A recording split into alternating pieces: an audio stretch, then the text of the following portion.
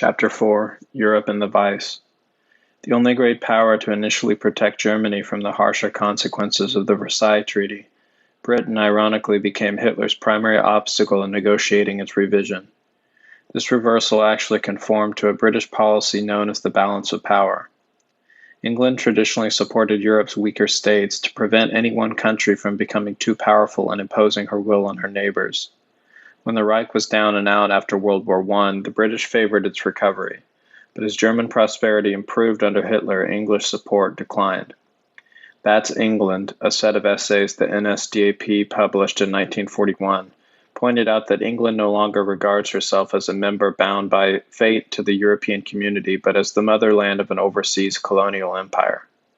A separate German study maintained that English diplomacy strives for a balance of power among the nations and states of the mainland, but not to create tranquility, security, living space, and peace for them.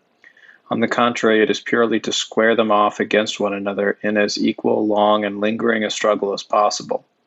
Without the major wars of the last few centuries and without continuous interference from England, the European states would undoubtedly have achieved a rapid inner consolidation, and England would not have been able to build her empire so undisturbed.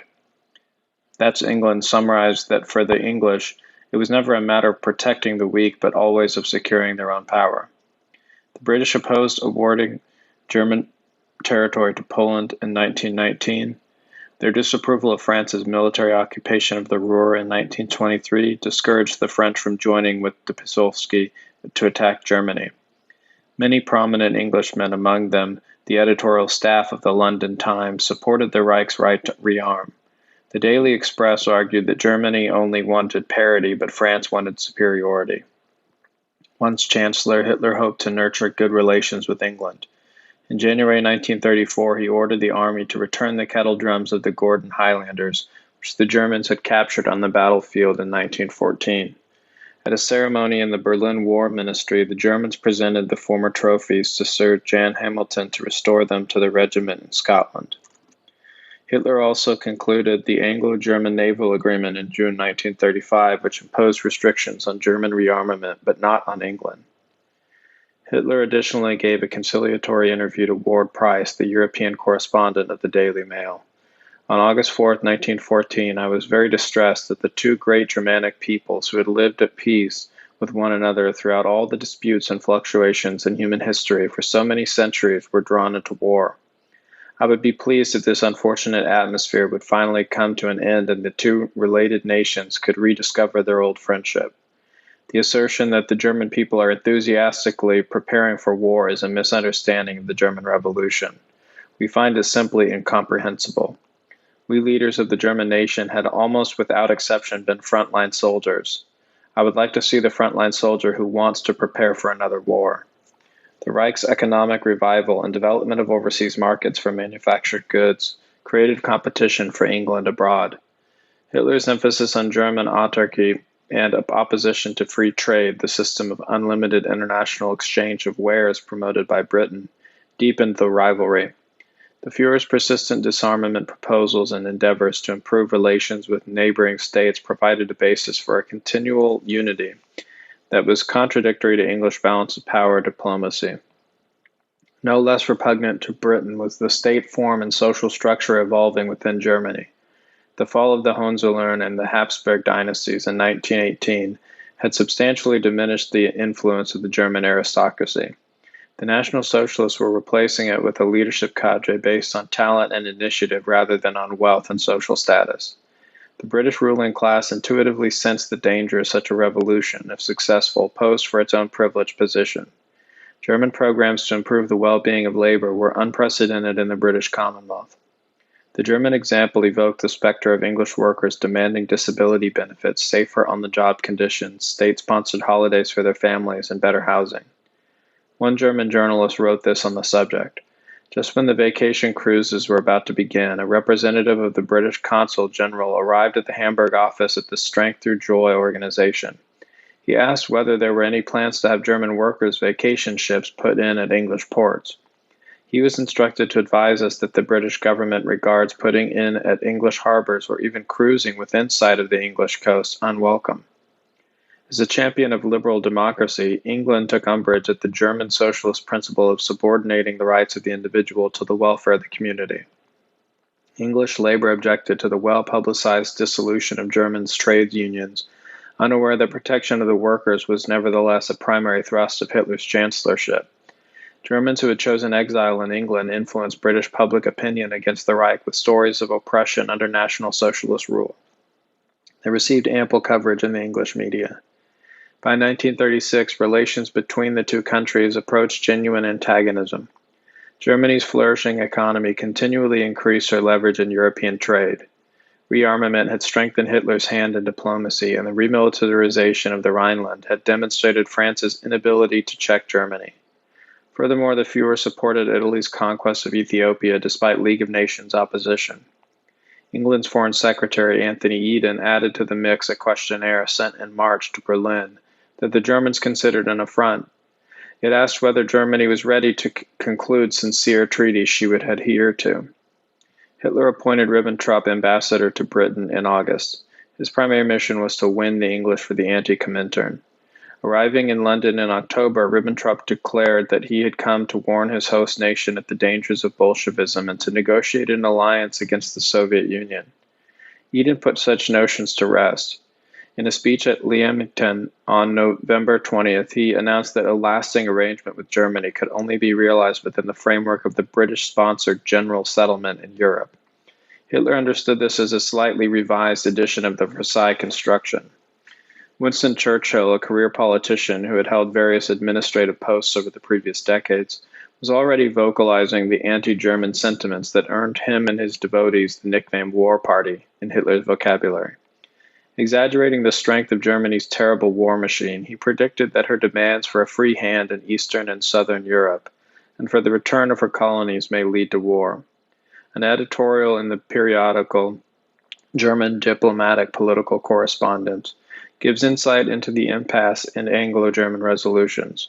The Churchill cabal misrepresents any removal of a sore spot by Germany as really preparations for implementing belligerent intention somewhere else. Therefore, evidence of a German threat. If this method of misrepresentation becomes common practice, all trust will vanish and the incentive for any sort of international cooperation will be lost. Mutual mudslinging by newspapers in Germany and England continued into 1937. From London, Ribbentrop cautioned the Führer that the war of words is spoiling every hope of peace and promoting hatred in both countries. Hitler, unwilling to leave the bottomless effrontery of the English media unanswered, ordered German journalists to resume discussing the previously blacked out subject of the Reich's stolen colonies. This would unsettle the English, who had acquired 3/4 of the Germans' African territory after World War I. British introduced a massive rearmament program in early 1937 to triple military capabilities. Hitler commented that he had been expecting nothing less. Hitler temporarily halted the anti-English press campaign in November 1937. This was to establish a more congenial atmosphere before the visit of the British statesman Lord Halifax. At the Berghof, Halifax told Hitler he had come to discuss major differences between London and Berlin. The Führer replied only that he was unaware of such differences. His visitor cited National Socialism's antagonism toward the Church. Hitler parried that the USSR pursues far more repressive measures against religious institutions without any objection from England. Halifax changed the subject to Austria, Czechoslovakia, and Danzig. He advised his host that any change in their status must be accomplished peacefully. Hitler merely replied that these issues have nothing to do with London. Halifax inquired about Germany's colonial aspirations, suggesting that Britain might be prepared to offer certain Portuguese territories in Africa. Hitler tactfully reminded him that Germany was only interested in the colonies taken away at Versailles. The Führer further recommended that England adopt a neutral position regarding territorial revisions in Europe instead of creating difficulties for no reason at all beyond pure malice. The British envoy returned to London without having mended any fences. In May 1937, Chamberlain became Britain's prime minister. An advocate of rearmament, he was a disciple of traditional balance of power diplomacy. He described Germany as the chief cause of war scares in Europe. At this time, Commonwealth nations helped determine British policy. The government could no longer make arbitrary decisions affecting the empire without mutual consultation. Canada, Australia, New Zealand, and South Africa considered the maritime powers, Japan and Italy, a greater threat to their interests than Germany. At the Empire Conference in July 1937, the Dominions urged London to assist Hitler in revising the Versailles System. They warned England not to count on their assistance should she enter an armed conflict in Europe. South African Prime Minister Jan Smuts had already recommended that the British government stop treating Germany like a pariah in Europe. Chamberlain faced a dilemma: to enforce the provisions of the Versailles Treaty, which the English themselves compromised by concluding the 1935 Anglo-German Naval Agreement, could bring Britain and Germany to blows. Such a policy would disregard the temperate influence of the Dominions and adversely affect the cohesion of the Commonwealth. On the other hand, to allow Hitler a free hand would lead to German hegemony in Europe and upset the balance of power. A formula for defeating German ambitions while simultaneously bringing the British Commonwealth, and for that matter the English public abroad, was as follows: block revisions most vital to Germany, yet feign a willingness to make concessions. Superficial compromises would publicly demonstrate Chamberlain's desire for peace, thereby diffusing German propaganda. Halifax's 1937 mission to Germany helped satisfy the Dominions that Britain was willing to negotiate. Chamberlain privately confided to the American Henry Morgenthau that he needed to buy time to achieve military superiority. During the Czech crisis in 1938, many British believed that Hitler was prepared to go to war to settle his differences with Prague.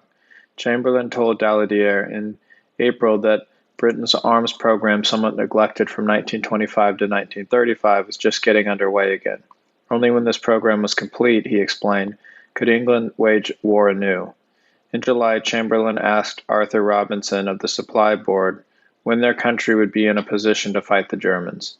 Robinson answered, in a year. As England's former treasurer, Chamberlain knew well that an accelerated rearmament agenda would adversely impact English exports and unduly strain the economy. Regarding Czechoslovakia, war was therefore not an option. Chamberlain remained influential in continental affairs by sending Viscount Walter Runciman to Prague on August 3rd to help mediate the crisis.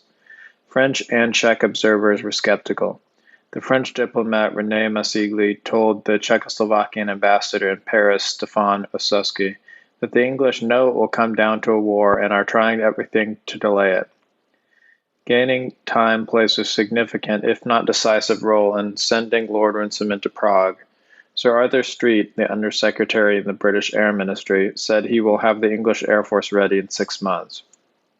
Negotiating the Sudetenland's transfer to Germany during talks with Hitler in September, Chamberlain suffered the rebuke of political rivals in his own country. His primary critics, Churchill and Eden, lacked detailed knowledge of Britain's military unpreparedness available to the Prime Minister. Chamberlain had in fact postponed a war England could not yet fight. He gained the approval of the English public, the Dominions, and even the people of Germany for his efforts to sustain peace.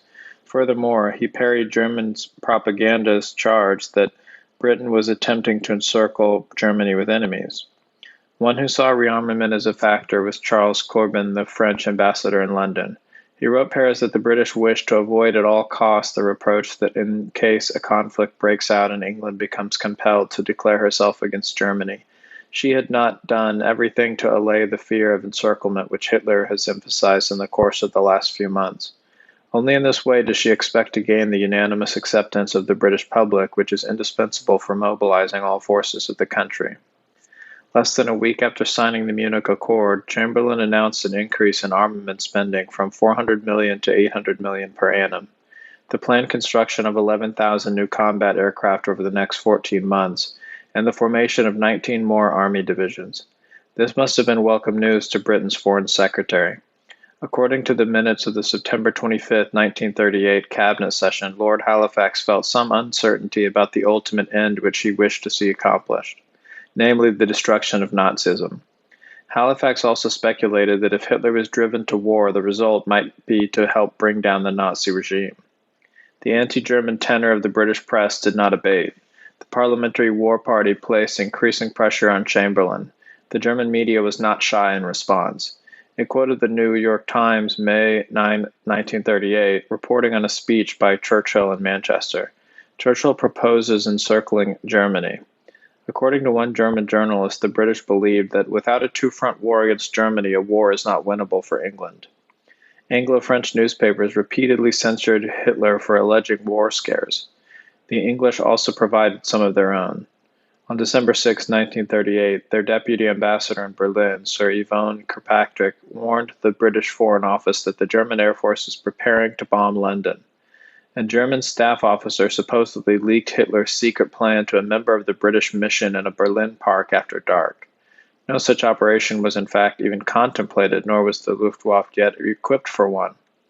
This airstrike, the British reasoned, would be a prelude to a German invasion of Holland. Although there was no tangible evidence of this impending attack, the Foreign Policy Committee and the English Chiefs of Staff conducted serious deliberations regarding countermeasures. Halifax notified British embassies abroad that the Foreign Office has definite information substantiating Kirkpatrick's story. The cabinet met on February 1, 1939. Chamberlain stirred Switzerland into the pot, remarking that a German invasion there would be clear evidence of an attempt to dominate Europe by force. The cabinet discussed planning a war against Germany and Italy, even though the two countries were not yet allies. Topics included involving the Dutch and Belgian general staffs in joint defense talks. Cadogan summarized in the meeting's minutes, "I agree that in the event of a German invasion of Holland resisted by the Dutch, we should go to war with Germany. There could appear some doubt about the position in the event the Dutch not resisting. For my part, I should say that in this case, too, we should go to war with Germany." The attitude of the threatened nation apparently played no role. Decisively was the fact that the Foreign Policy Committee defined German military control over Holland as a peril to England's security. Kirkpatrick's Holland scare did not alarm the Dutch and Belgian governments. Holland's foreign minister noted no German troop movements near the frontier. His Belgian colleague declined London's offer for military talks, replying that he cannot believe the Germans intend to invade Holland. Chamberlain exploited the rumors of a German attack to step up arms production. The English significantly reinforced their air defenses.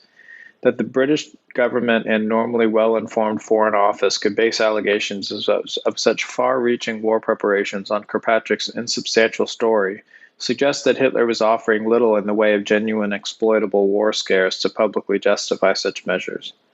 In March, Berlin negotiated a commercial agreement with Bucharest. In exchange for favorable options to purchase grain and oil, the Germans proposed sending engineers to Romania to reorganize the agrarian economy and build modern refineries to boost oil production. The arrangement was advantageous to both countries. It corresponded to Hitler's program to release Germany from dependency on overseas markets. He himself stated, "I don't want free trade, open borders. That all sounds wonderful, but we've had it. If everything depends on the Queen of the Waves, if we're subject to a blockade." Chamberlain's cabinet discussed developments in Bucharest at the session on March 18, 1939. The Prime Minister described Germany's economic talks as a threat to Romanian independence. With military advisors present, the cabinet speculated that German domination of Romanian trade would augment the Reich's political influence in the Balkans. This could spread to Greece and Turkey, endangering Britain's position in the eastern Mediterranean and Near East. Under these circumstances, the cabinet had to decide whether Germany's economic advantages from the trade agreement with Bucharest warranted the need for Britain to take action. The aide-memoire prepared for the meeting by the Minister for Coordination and Defense stated that England's only recourse was to start a war in the West. The cabinet weighed armed aggression as an option to block a harmless economic compact between two European states. The London Times and Daily Telegraph wrote only of imminent German aggression. This coincided with allegations by Virgil Tilly, a Romanian diplomat in London. He claimed that the Germans were threatening to invade his country unless given complete control over her agriculture and industry. The British ambassador in Bucharest, Reginald Hoare, urged Halifax to quash the lurid publicity about Hitler's ultimatum. There was not a word of truth in it. Hoare added that the Romanian foreign minister assured him that negotiations with Germany were on completely normal lines as between equals. Chamberlain read Hoare's telegram aloud at the March 18 cabinet session. This report, together with the fact that Romania is nearly 300 miles from Germany, did not discourage him from telling the Foreign Policy Committee that Romania is most probably the next victim of a German aggression. The American emissary in Bucharest, Franklin Gunther, dismissed Tilly as an Anglophile. In his diary, Cadogan ventured that Tilly probably collaborated with advisors in the British Foreign Office to ensure that panic was artificially raised. That same week, Czechoslovakia imploded and the German army occupied the Czech portion. The British initially reacted with indifference. Ambassador Newton in Prague had forewarned them of the irreconcilable Slavic-Czech dissonance. The Foreign Office had also predicted eventual German domination of Prague. On March 15th, Halifax notified Ribbentrop that His Majesty's government has no desire to interfere in a matter with which other governments may be more directly concerned. At the cabinet session in London that day, ministers agreed that this renewed rift between the Czechs and the Slavics showed that we nearly went to war last autumn on behalf of a state which was not viable. Ribbentrop correctly observed that German military intervention in Prague offered England a credible alibi of war preparations.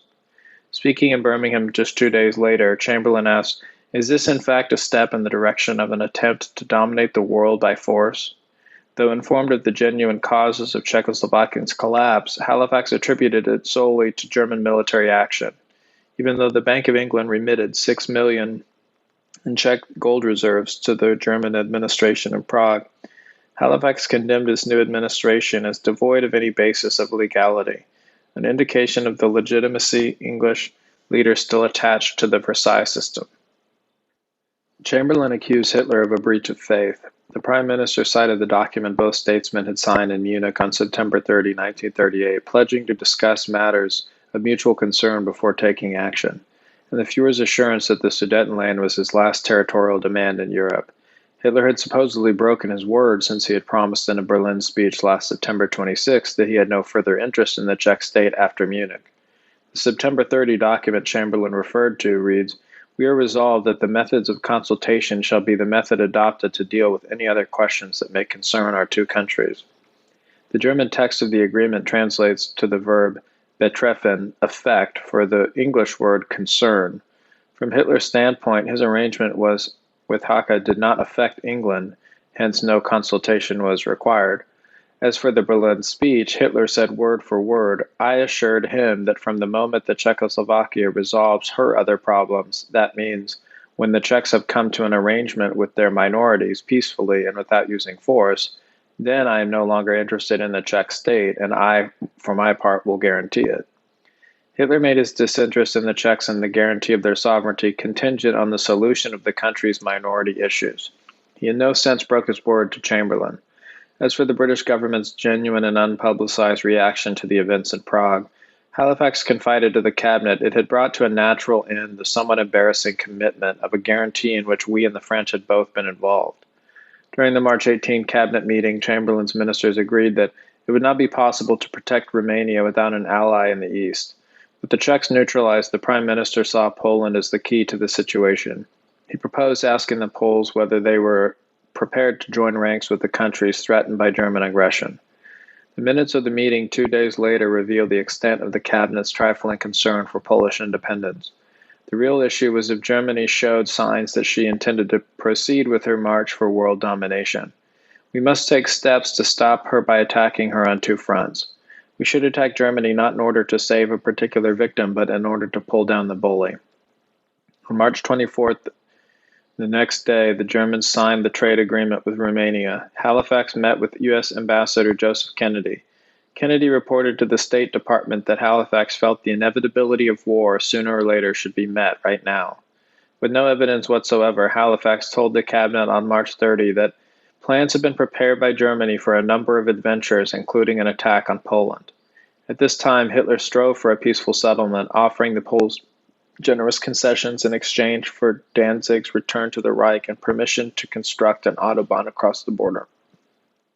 Chamberlain saw he was somewhat uneasy at the fact that our ambassador in Warsaw could obtain no information as to the progress of the negotiations between Germany and Poland. One possible but very distasteful explanation of this was that Polish negotiators were in fact giving way to Germany, in other words, becoming receptive to compromise. Chamberlain stated that if the Poles considered the Danzig issue a threat to their independence and were prepared to resist by force, then we should have come to their help. Asked whether there was a distinction between the seizure of Danzig by Germany and a German attack on the rest of Poland, Halifax told the Chancellor of the Exchequer that it was up to the Poles to decide. First clearing it with Polish Foreign Minister Beck, Chamberlain announced Britain's commitment to Poland in Parliament the next day. London's guarantee of Polish sovereignty, differing little from a military alliance, drew Warsaw into the English camp just as German-Polish negotiations were entering the critical phase. The British government publicly defined the purpose of its guarantee as to protect Poland from possible German aggression. Privately, the Foreign Office cabled its Paris ambassador on April 1st that there is no official confirmation of the rumors of any projected attack on Poland, and they must not therefore be taken as accepting them as true. The English invited Beck to London for discussions. On April 3rd, the Foreign Office distributed its confidential brief for Colonel Beck's visit. It defined objectives for the next day's talks. It described Danzig as an artificial structure, the maintenance of which is a bad casus belli. The brief speculated that it is unlikely that the Germans would accept less than a total solution of the Danzig question. The text then reveals the genuine priority of the Foreign Office, such as a corrupt bargain would, however, many disadvantages for England. It would shake Polish morale, increase their vulnerability to German penetration, and so defeat the policy of forming a bloc against German expansion. It should not therefore be to our interest to suggest that the Poles abandon their rights in Danzig on the ground that they are not defensible. Beck took the bait. As William Strang of the Foreign Office summarized, both sides agreed that the occupation of Danzig by German armed forces would be a clear threat to Polish independence and that it would bring our assurance into operation. On April 7, Sir George Ogilvy Forbes relayed from Berlin a conversation he had with a Polish journalist acquainted with Poland's ambassador Lipski. The journalist told the British diplomat that according to Lipski, good prospects for resolving the Danzig issue had existed prior to March 31st. With the English guarantee, however, Beck had decided to reject Berlin's offer even if the Germans limit it to Danzig. Forbes added that the information from other emissaries in Berlin confirmed the journalist's statement. Representatives of the French and British general staffs met for a 10-day conference in London on April 24th. They debated Anglo-French military cooperation in North Africa and Far Eastern colonies, along sea lanes and in Gibraltar, Singapore, and other strong points against Germany, Italy, and Japan. The publicly announced purpose of the conference, the defense of Poland, was not discussed. For the English, it was a matter of preparing a global confrontation against commercial rivals. Throughout these months, Hitler strove to improve relations with London. In a nationally broadcast speech on January 30, 1939, he asked, "What conflicts of interest exist between England and Germany? I have declared more often than necessary that there is no German, and especially no National Socialist, who even in his thoughts wants to create difficulties for the English world empire. It would be a blessing for the whole world if these two peoples could cooperate in full confidence with one another." After Chamberlain announced the British guarantee to Poland, Hitler recognized the influence England exercised on Warsaw's refusal to compromise. He therefore appealed directly to the British to enter negotiations. On March 31st, a Mr. Bellinger, Member of Parliament, asked Chamberlain in the House of Commons how the government planned to respond to Hitler's appeal. The Prime Minister answered, "No negotiations are at present contemplated with the German government." Another Member of Parliament, Arthur Henderson, received the same reply. Pressed again about entering talks with Germany by the MP, Mr. Pilkington, Chamberlain repeated the formulaic response and concluded, "I have nothing to add." Halifax received an embassy report on April 23rd that Hitler wished to meet with an especially prominent British personality, fluent in German, for a man-to-man conversation to reach an understanding with England. 2 weeks later, Sir Francis Fremantle, a renowned physician and Conservative Member of Parliament, unaware of Hitler's request, suggested sending the former Prime Minister Stanley Baldwin to meet with the Fuhrer. Halifax replied to Fremantle, "At the moment, unfortunately, Hitler shows no disposition to receive an Englishman or even to discuss outstanding questions with us." This was a plain lie. Paris and London concluded a military convention with Warsaw on May 19. The French pledged that should Germany invade Poland or threaten Danzig, which was still a German city, their air force would strike immediately and their army would mount a limited attack 3 days after mobilization. A major offensive would follow in 12 days. General Gamelin privately cautioned the French Defense Committee that the army could not launch a full-scale operation for at least 2 years. The British General Ironside noted in his diary, "The French have lied to the Poles in saying they are going to attack. There is no idea of it.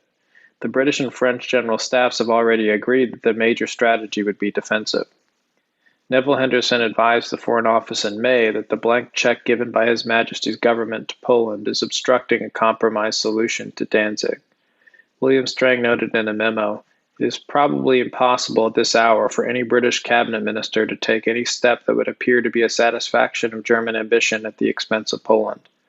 On the other hand, such a step may be the only thing that can avert war. This is our terrible dilemma.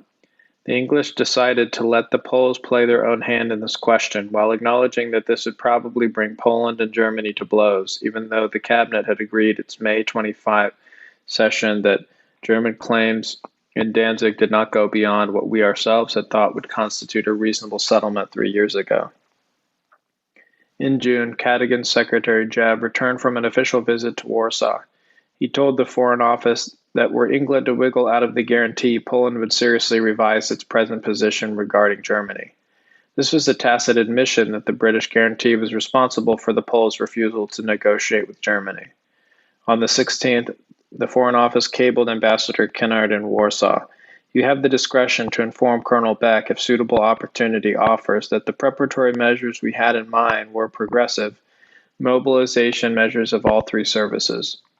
Notifying Beck of the good progress of Britain's war preparations could only reinforce his resolve to defy Germany.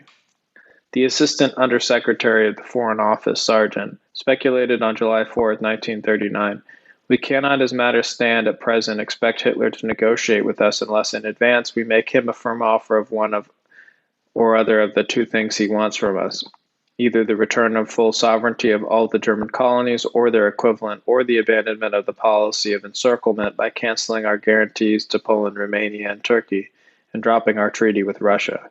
As Strang summarized with resignation, "The truth is that there is a fundamental irreconcilability between German and British policy. One's objective should be a war in which Germany's aggressiveness should be patent to all the world, including the Germans themselves."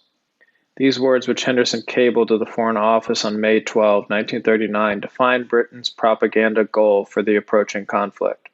Denouncing Hitler for pushing toward war and lauding Chamberlain's supposed endeavors to salvage peace, the British hoped to drive a wedge between the German people and their leadership. "England's proven policy toward Germany," a Berlin journalist wrote, "shuns no means to bring the Reich again into a state of impotence and international bondage. This is what England regards today as ideal for diffusing power in Europe." For Henderson, the matter of presenting Britain's case was crucial. "If we are ever able to get the German army and nation to revolt against the intolerable government of Herr Hitler." The British continued to avoid direct conversations with Germany. In mid-August, the Foreign Office noted once more, Herr Hitler would like to have a secret conversation, presumably of a general character, with a German-speaking Englishman. Halifax wrote Chamberlain on August 14, "We are considering the idea of getting someone who speaks German to go and talk to Hitler, but apart from the difficulty of finding the individual, I find it a bit difficult to imagine what he would say. Inasmuch as Hitler's whole line of thought seems to be the familiar one of the free land in the East, on which he can settle Germans to grow wheat, I confess I don't see any way of accommodating him." Even for someone with as mediocre a public career as Lord Halifax, it seems unlikely that after 4 months no one suitable could be found by the Foreign Office who speaks German, or that the Foreign Secretary could fail to grasp that pivotal issue is not farming. Henderson was among the few in the Foreign Office opposed to war. He suggested on August 18 sending General Ironside, fluent in German, to Hitler with a personal letter discussing the British position regarding Danzig and Poland. London rejected the idea. "In view of our undertaking to Poland, it is almost inconceivable that we could give such a promise to Germany, and the effect of such a promise on our negotiations with our actual and potential allies would be catastrophic." On August 24, Henderson warned his superiors in London that there is no longer any hope of avoiding war unless the Polish ambassador is instructed to apply for a personal interview with Hitler.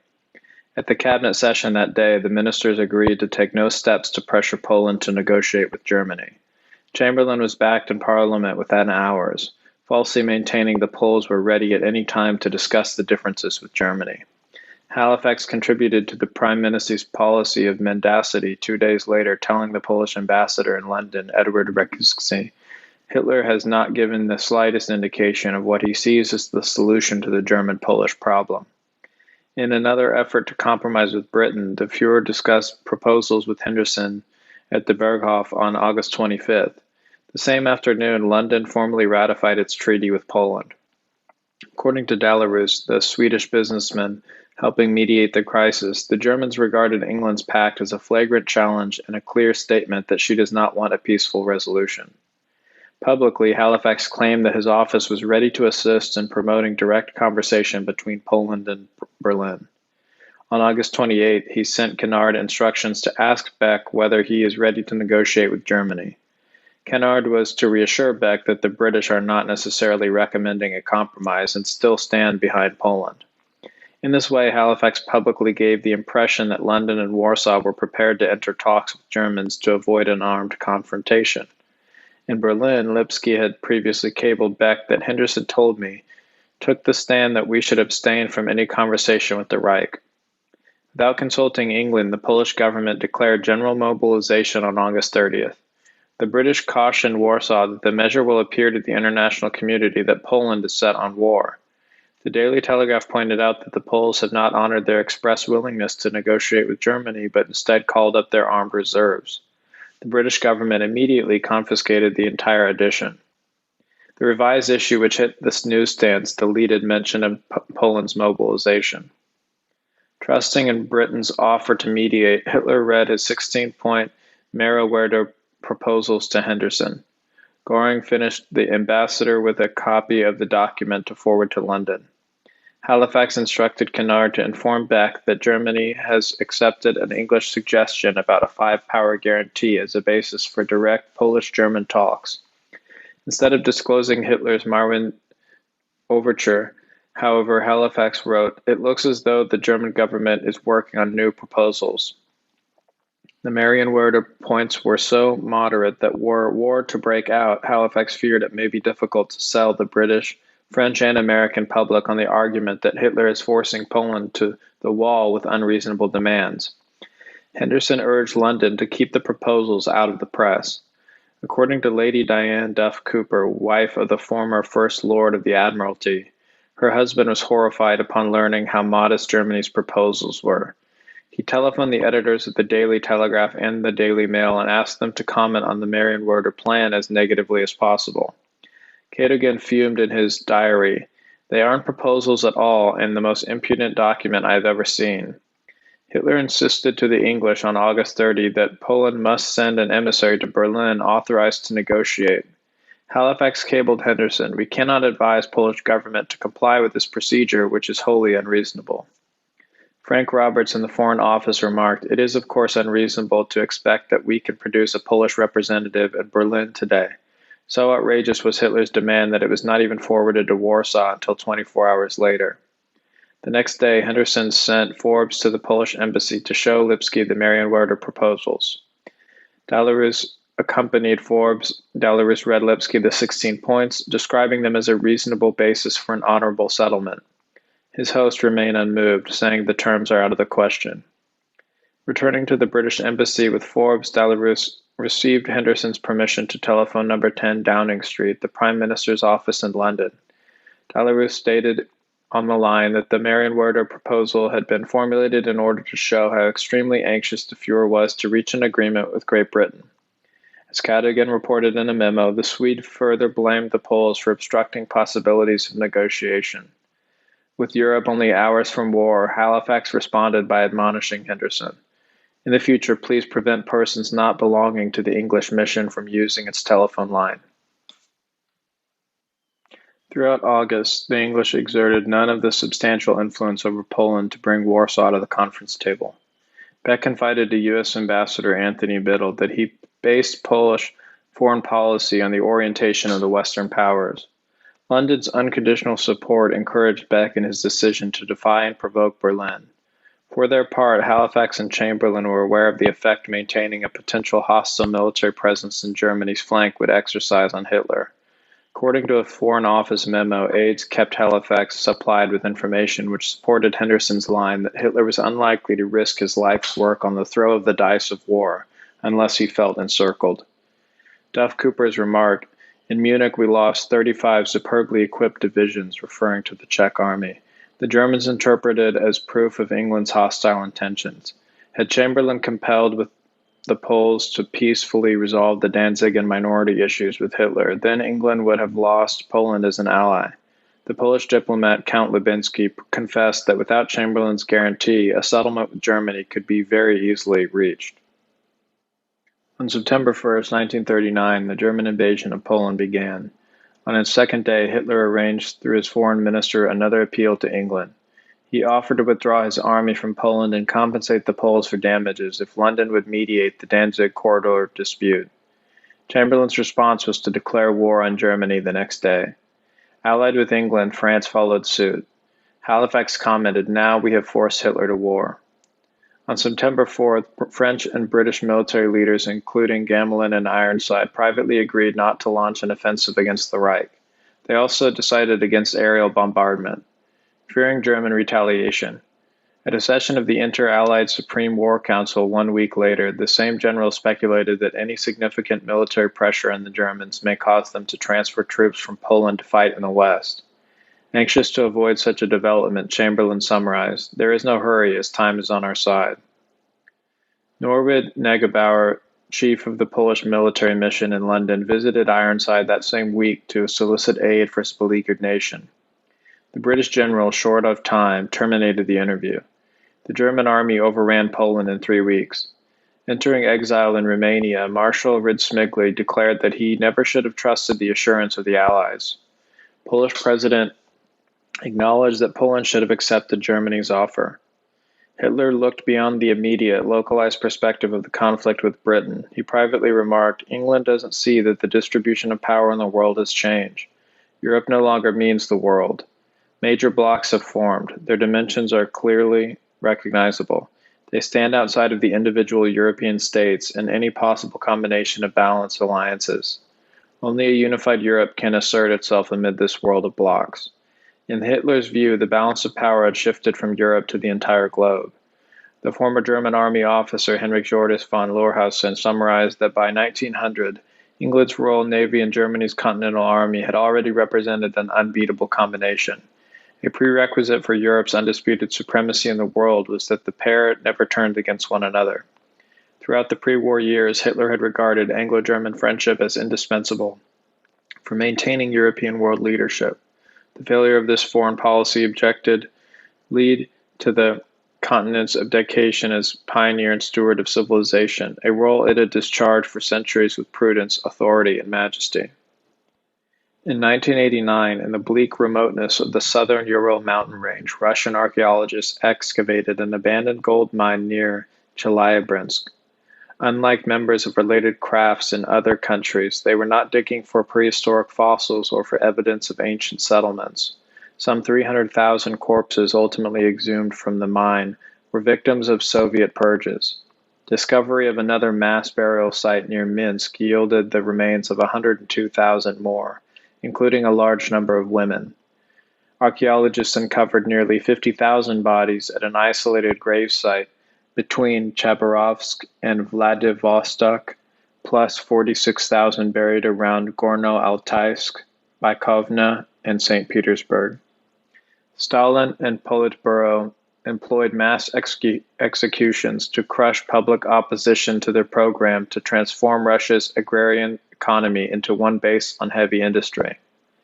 Industrialization was a prerequisite for remolding the Red Army into a modern mechanized strike force capable of supporting communist revolution abroad through direct intervention.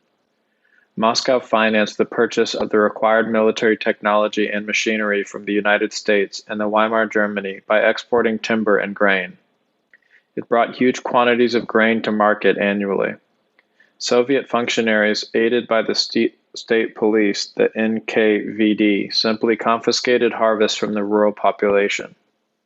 Contemporary researchers estimate that the resulting famine claimed approximately 1 million lives in southern Russia and in the northern Caucasus region, another million in Kazakhstan, and 4 million in the Ukraine.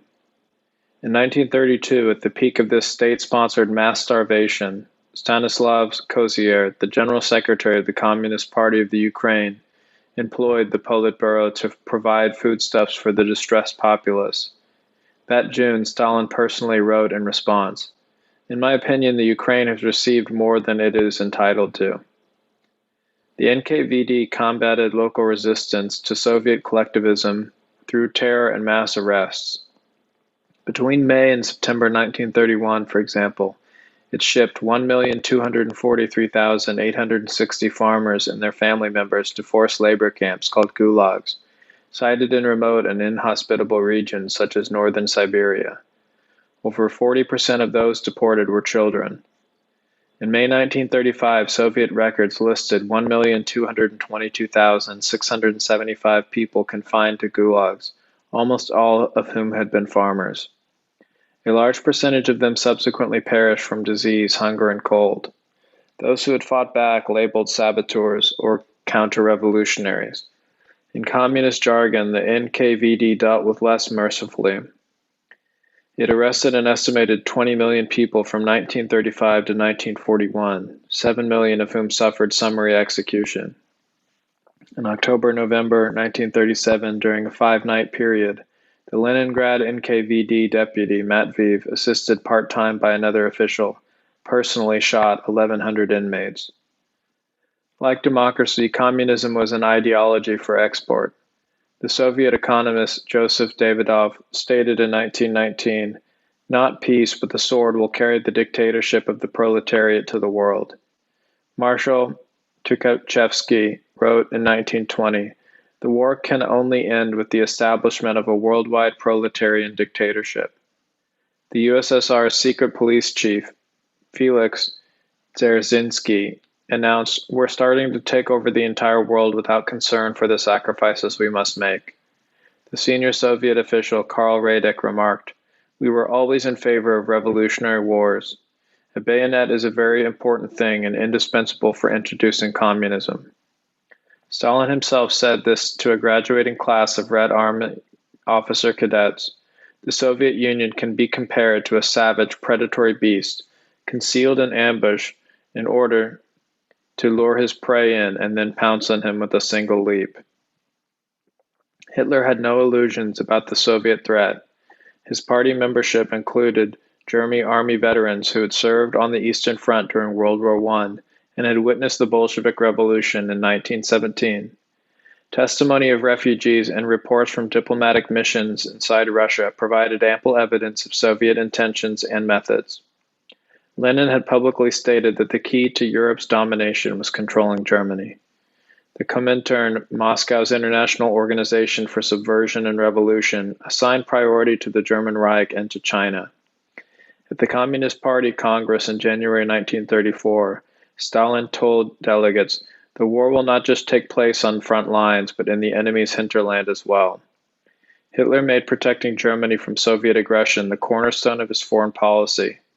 In so doing, he encountered resistance from the German aristocracy, a stratum ironically near the top of Marxism's hit list. Less wealthy than its social counterpart in England, Germany's titled class dominated the army's leadership cadre in the Foreign Office. Both contributed to an era of Soviet-German cooperation that began with ratification of the Rapallo Treaty in 1922. War Minister Otto Gessler negotiated an agreement with Moscow, enabling the Germans to build factories inside the USSR to design, manufacture, and test weapons, forbidden the Reich by the Versailles System. The Junkers aeronautic firm developed new combat aircraft there without knowledge of the Western democracies, thus avoiding retaliatory sanctions. The secret military compact in 1923 arranged for German pilots to participate in 6-month flight instruction courses in Soviet air academies. Russian engineers learned how to construct aircraft assembly plants from Junkers. German general staff officers sent to the Soviet Union helped modernize the Red Army by schooling its commanders in strategic operations and logistics. During the 1920s, the prominent German industrialist Arnold Rechberg strengthened ties with French and Belgian heavy industry in order to develop an anti-Soviet economic bloc. The German army thwarted his endeavors. In 1926, the Soviet and German governments expanded the Rapallo Treaty through the Berlin Agreement. This was primarily a safeguard against Poland and corresponded to the anti-Polish tendency in the Reich's Foreign Office and in the Soviet hierarchy. Many German career diplomats advocated Bismarck's previous policy of maintaining good relations with Russia.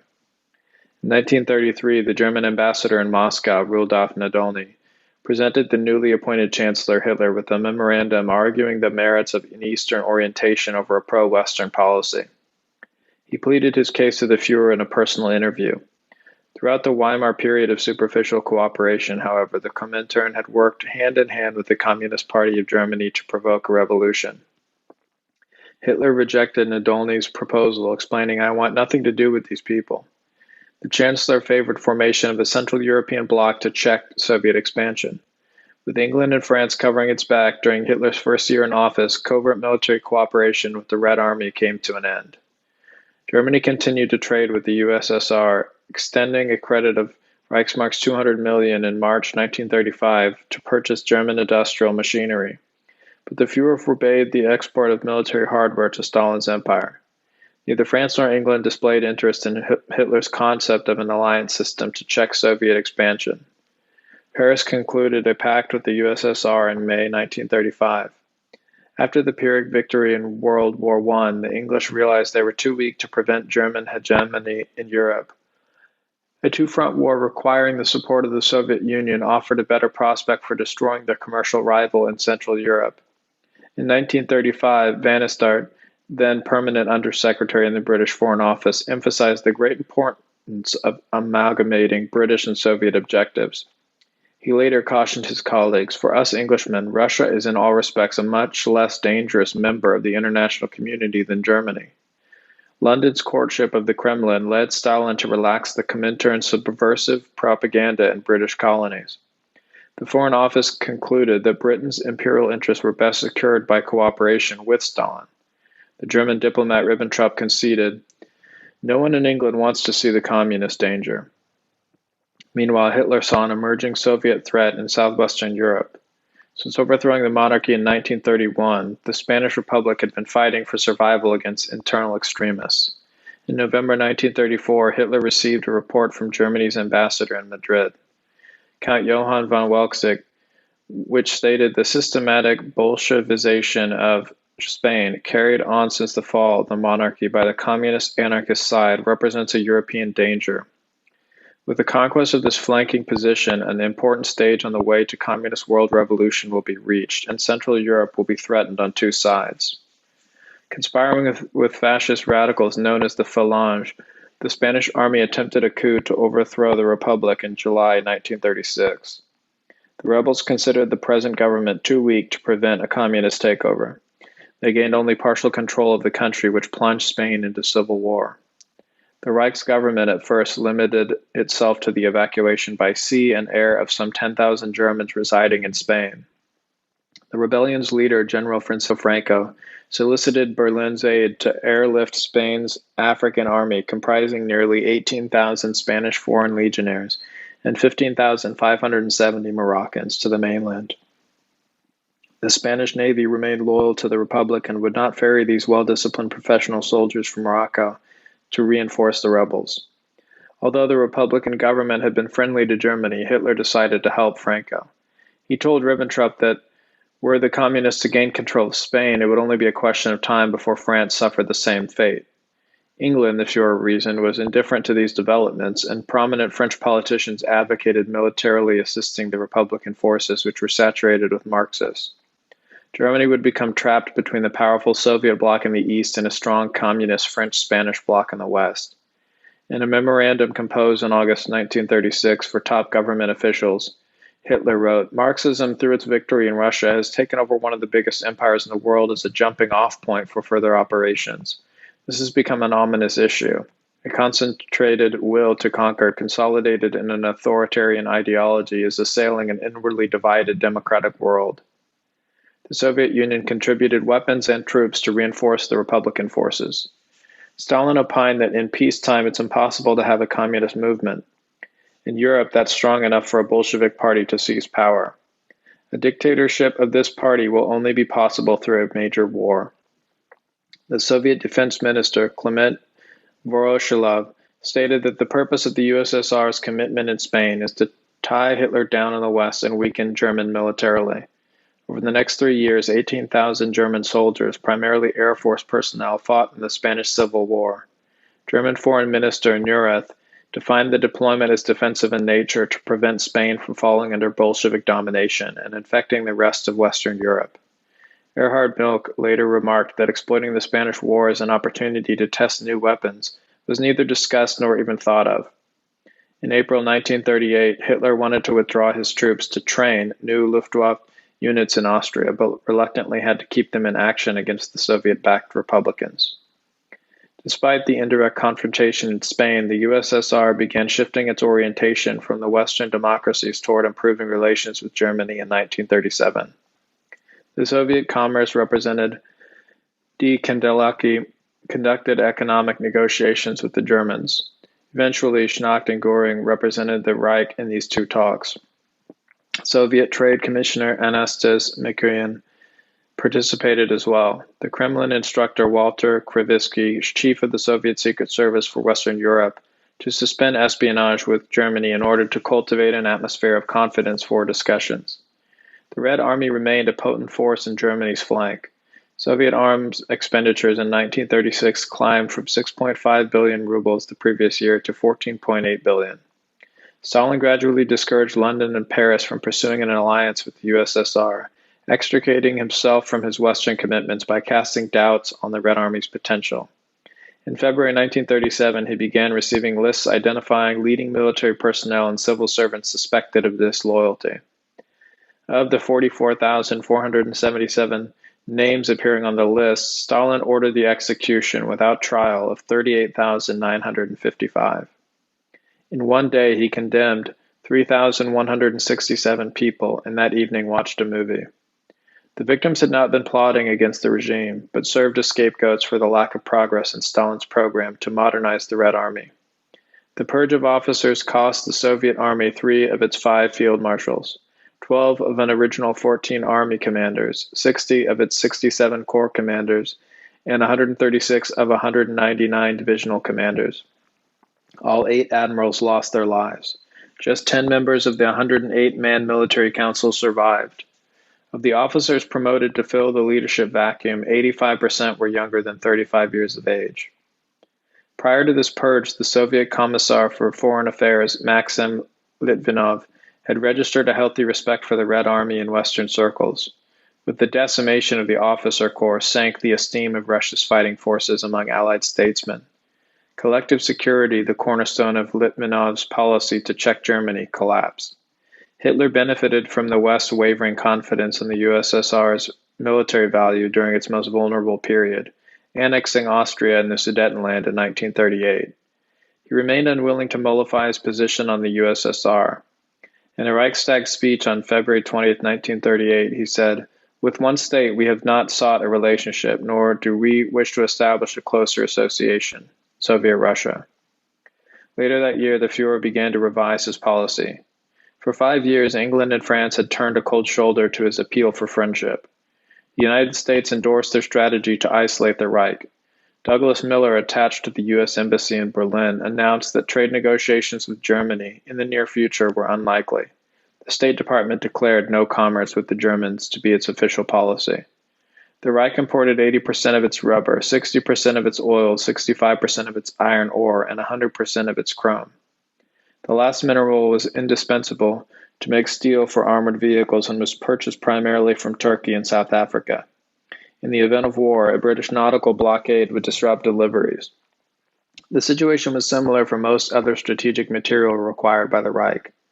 Toward the end of 1938, German economists urged Hitler to resume commerce with the Soviets. The OKW maintained that only close economic cooperation with the USSR could offset the catastrophic effect of a blockade. Ribbentrop told his staff, "Unless we want to become completely encircled, we must talk now with the Russians." Developments with the USSR influenced Hitler's deliberations. Stalin's purge targeted not just the military, but the old Bolsheviks as well. Soviet propaganda simultaneously idealized traditional Russian national heroes such as Tsar Peter the Great, Alexander Nevsky, and Alexander Suvorov, who had defeated the Turks in the late 18th century. These circumstances the Germans interpreted as a shift in Soviet policy from communist internationalism to domestic patriotism. A nationalist Russia was a palatable ally for Hitler. In their endeavors to isolate Germany, the democracies drove him into Stalin's arms. On March 10, 1939, Stalin delivered a foreign policy speech at the Communist Party Congress. He denounced Britain, France, and the United States for their press campaigns to incite Germany into a war against the Soviet Union.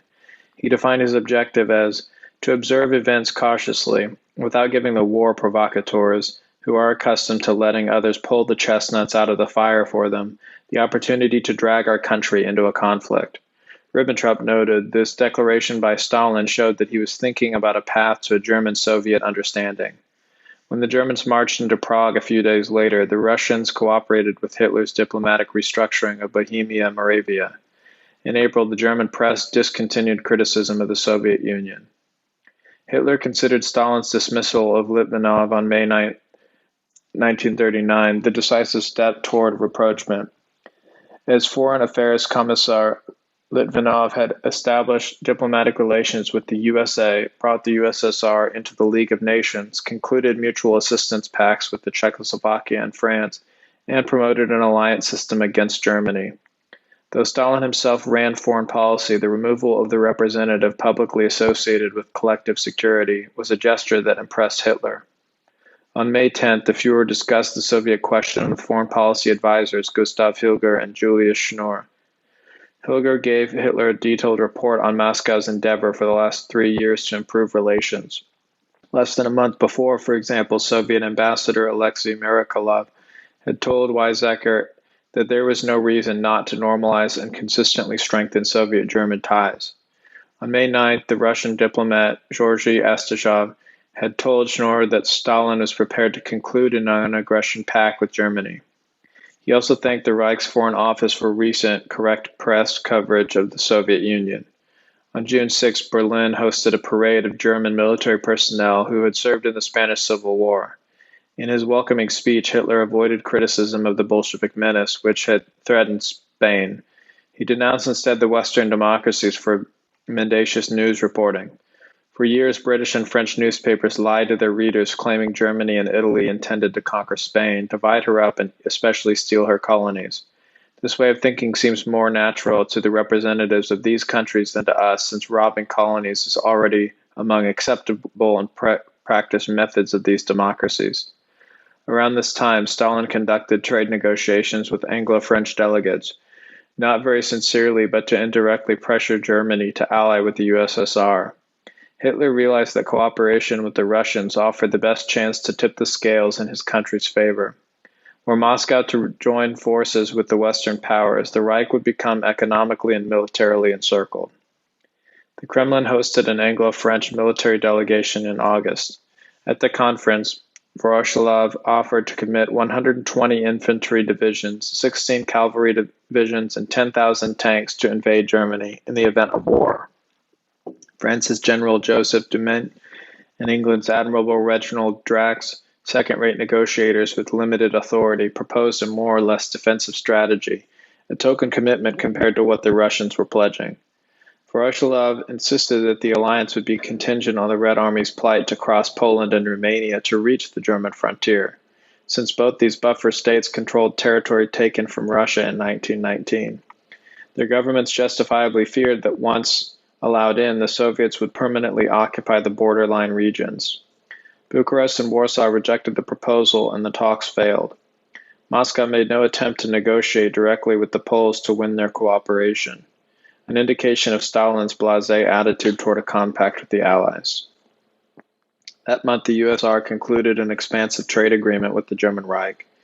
On August 19, the new Foreign Affairs Commissar, Molotov, told the German ambassador Count Friedrich von Schulenburg, to ensure the success of economic negotiations, a corresponding political basis must be created. He proposed a non-aggression pact, something the Russians had first suggested to the Germans in July 1936. Hitler avoided the example of his Western adversaries who had offended the Soviets by sending the second-class representatives to the military talks in Moscow. He telegraphed to Stalin an offer to dispatch Ribbentrop himself. He stated, "The Reich's foreign minister has full authority for the wording and signing of the non-aggression pact as well as the protocol." Stalin replied on August 21st, inviting Ribbentrop to fly to Moscow for a meeting on the 23rd. Stalin personally participated in the conference. He demanded that Germany recognize the Baltic states, Finland, and Bessarabia as Soviet spheres of interest. He promised his guests that the USSR did not wish to disturb the inner structure of these lands. Regarding Poland, Stalin recommended that the signatories fix a demarcation line in the event of war to prevent German-Soviet friction when dividing the country. Ribbentrop reassured his host that the Reich's new Soviet orientation represents a fundamental shift in foreign policy and is not a tactical maneuver to enable Germany to isolate and crush Poland. He assured Stalin, "From the German side, everything will be attempted to resolve the matter in a diplomatic and peaceful way." On August 24th, the German delegation flew back to Berlin with the signed pact. Hitler did not regard the treaty as a green light to attack Poland, but continued fruitless attempts at negotiation for another week. With war underway in September, Ribbentrop cabled the German mission in Moscow to press the Soviets to occupy the eastern half of Poland according to secret protocol. He hoped to draw the USSR into the war against England and France. Molotov stalled for 2 weeks. Stalin finally ordered the Red Army to advance on September 17. The Germans had already driven the Poles back 120 miles beyond the demarcation line. Stalin feared that Hitler's troops would keep the additional territory instead of relinquishing it to Soviet forces. Upon Poland's defeat, the German and Soviet armies staged a joint military parade in Brest-Litovsk. Having eliminated Poland as a military threat, Hitler hoped to reach a compromise with England and France. He planned to offer to restore sovereignty to the Czech state and to Western Poland.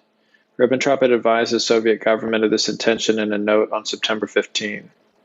At a conference with the OKW on October 17, Hitler stated, "Poland shall be made independent. It will not become part of the German realm, nor be under the administration of the Reich." 2 weeks later, Molotov expressed Moscow's position on Poland. Nothing is left of this miscarriage of the Versailles Treaty, which owed its existence to the suppression of non-Polish nationalities. Stalin sent a telegram to Ribbentrop on December 27, reminding him that the friendship of the peoples of Germany and Soviet Union has been forged in blood on the battlefields of Poland. Any endeavor to resurrect the Polish state, Stalin pleaded, was therefore contrary to this spirit. Aware of his country's dependency on Soviet trade, Hitler abandoned the plan to reestablish Polish statehood. Stalin sought to stifle any action that might bring Germany and the Allies to the conference table. On November 30, 1939, the Red Army invaded Finland. The Finns did nothing to prompt the attack beyond refusing Moscow's demands to cede portions of their frontier territory and some islands in the Gulf of Finland to the USSR. The Russians described their counterattack as a response to the provocations of Finnish militarists. The 3.5-month winter war that followed cost the Finnish army 27,000 dead and 55,000 wounded. The Red Army lost 126,875 killed in action and 264,908 wounded. Though German public opinion overwhelmingly favored Finland, Hitler blocked attempts by the Allies to deliver war material to the Finns via Norway. The Fuhrer personally penned an attributed editorial defining the government's position on Scandinavia, which the German press published early in December. Since the establishment of the League of Nations, the northern states were the most loyal supporters of this system, whose only purpose was to perpetually tie down Germany. When National Socialism took power in Germany, scarcely a day passed that many newspapers of the northern states did not vent their arrogant and insulting criticism of German policies. It is naive and sentimental to expect that the German people fighting for their future should presently side with these little countries that previously couldn't do enough to revile and discredit Germany. Fearing Anglo-French intervention, Stalin suspended operations in Finland in March 1940, just as his army had gained the upper hand. He demanded little more than the territories the USSR had sought to annex during negotiations with Helsinki the previous October. The Soviets soon dispelled any goodwill such mild terms evoked. Less than a week after concluding the peace treaty in Moscow, the Russians realized that the newly defined frontier left the town of Enzo just outside the Finnish border. It was home to one of the world's largest complexes for manufacture of paper and cellulose. The latter is a polymer necessary for producing high-grade explosives. The Red Army simply crossed into Finland and occupied Enzo. On June 2, 1940, the Soviets demanded restitution for wares the Finns had allegedly evacuated during the fighting from areas now under Russian control. No provision for this compensation existed in the original Moscow Treaty. Finland had to surrender 75 locomotives and 2,000 freight cars to the USSR. On June 14, Soviet fighters shot down a Finnish passenger plane flying French and American diplomats to Helsinki. Soviets deported the entire population, 420,000 persons, from the part of the Soviet Finland now under control. The pressure on Finland became a German problem. In April 1940, Schnorr negotiated a trade agreement with Helsinki. It allowed the Reich to purchase 60% of Finnish nickel ore necessary for steel production. Germany mined just 5% of her own nickel requirements. In June, the USSR insisted on the option to purchase a large amount of the Finnish output. Since the Soviet Union already enjoyed sufficient domestic production, the Germans viewed Moscow's initiative as a ploy to make the Reich more dependent on Russia for raw materials. Admiral Nikolai Nesvitsky of the Soviet Baltic Sea Fleet submitted a confidential report on how to solve the problem of the independent existence of Sweden and Finland. The Soviets prepared plans for a renewed invasion of Finland in September. The German-Finnish trade agreement signed on June 24th made Finland an important source of natural resources for the Reich's war industry. In August 1940, the OKW received intelligence about Soviet troop concentrations near the Finnish frontier. Upon Hitler's orders, the Germans reinforced their army and Luftwaffe contingents in northern Norway. They gave the Finns the Allied ordnance originally intended for the winter war against Russia, which the German army had confiscated in Norwegian ports. Finland arranged to begin discreetly purchasing German weapons as well. During the winter of 1940-41, the Soviets broke a trade agreement with Helsinki and suspended grain deliveries to Finland. The Finns turned to Germany to fill the void, strengthening the bond between the two countries. The USSR moved again the other countries, which the 1939 German-Soviet Pact defined as Soviet spheres of interest. Late that year, Moscow had pressured Lithuania, Estonia, and Latvia to sign treaties permitting the Red Banner Fleet to establish naval bases in their Baltic ports. In June 1940, Molotov complained of insufficient protection for Russian military personnel stationed there. An ultimatum followed, forcing the governments of the three Baltic nations to allow the Soviets to reinforce the garrisons. The Red Army sent 18 to 20 divisions. This overwhelming martial presence enabled communists there to declare the Baltic countries Soviet republics on July 21st, following sham elections and a popular uprising. Stalin sent two representatives, Snedov and Vyshensky, to rid the territory of political undesirables. The Soviets deported over 140,000 Estonians, 155,000 Latvians, and 300,000 Lithuanians to Siberian labor camps. Scarcely any ever returned. Referring to the USSR's occupation of the Baltic states and simultaneous seizure of Bessarabia from Romania, Stalin told the Communist Party Central Committee in September 1940, "This is a blessing for humanity.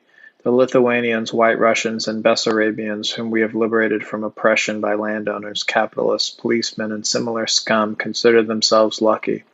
This is the people's attitude." During these Soviet land grabs, world attention focused on Western Europe. In April 1940, the German armed forces occupied Norway and Denmark. The following month, the Germans invaded Holland, Belgium, and France, all three of which surrendered within 6 weeks. The British Expeditionary Force withdrew to England.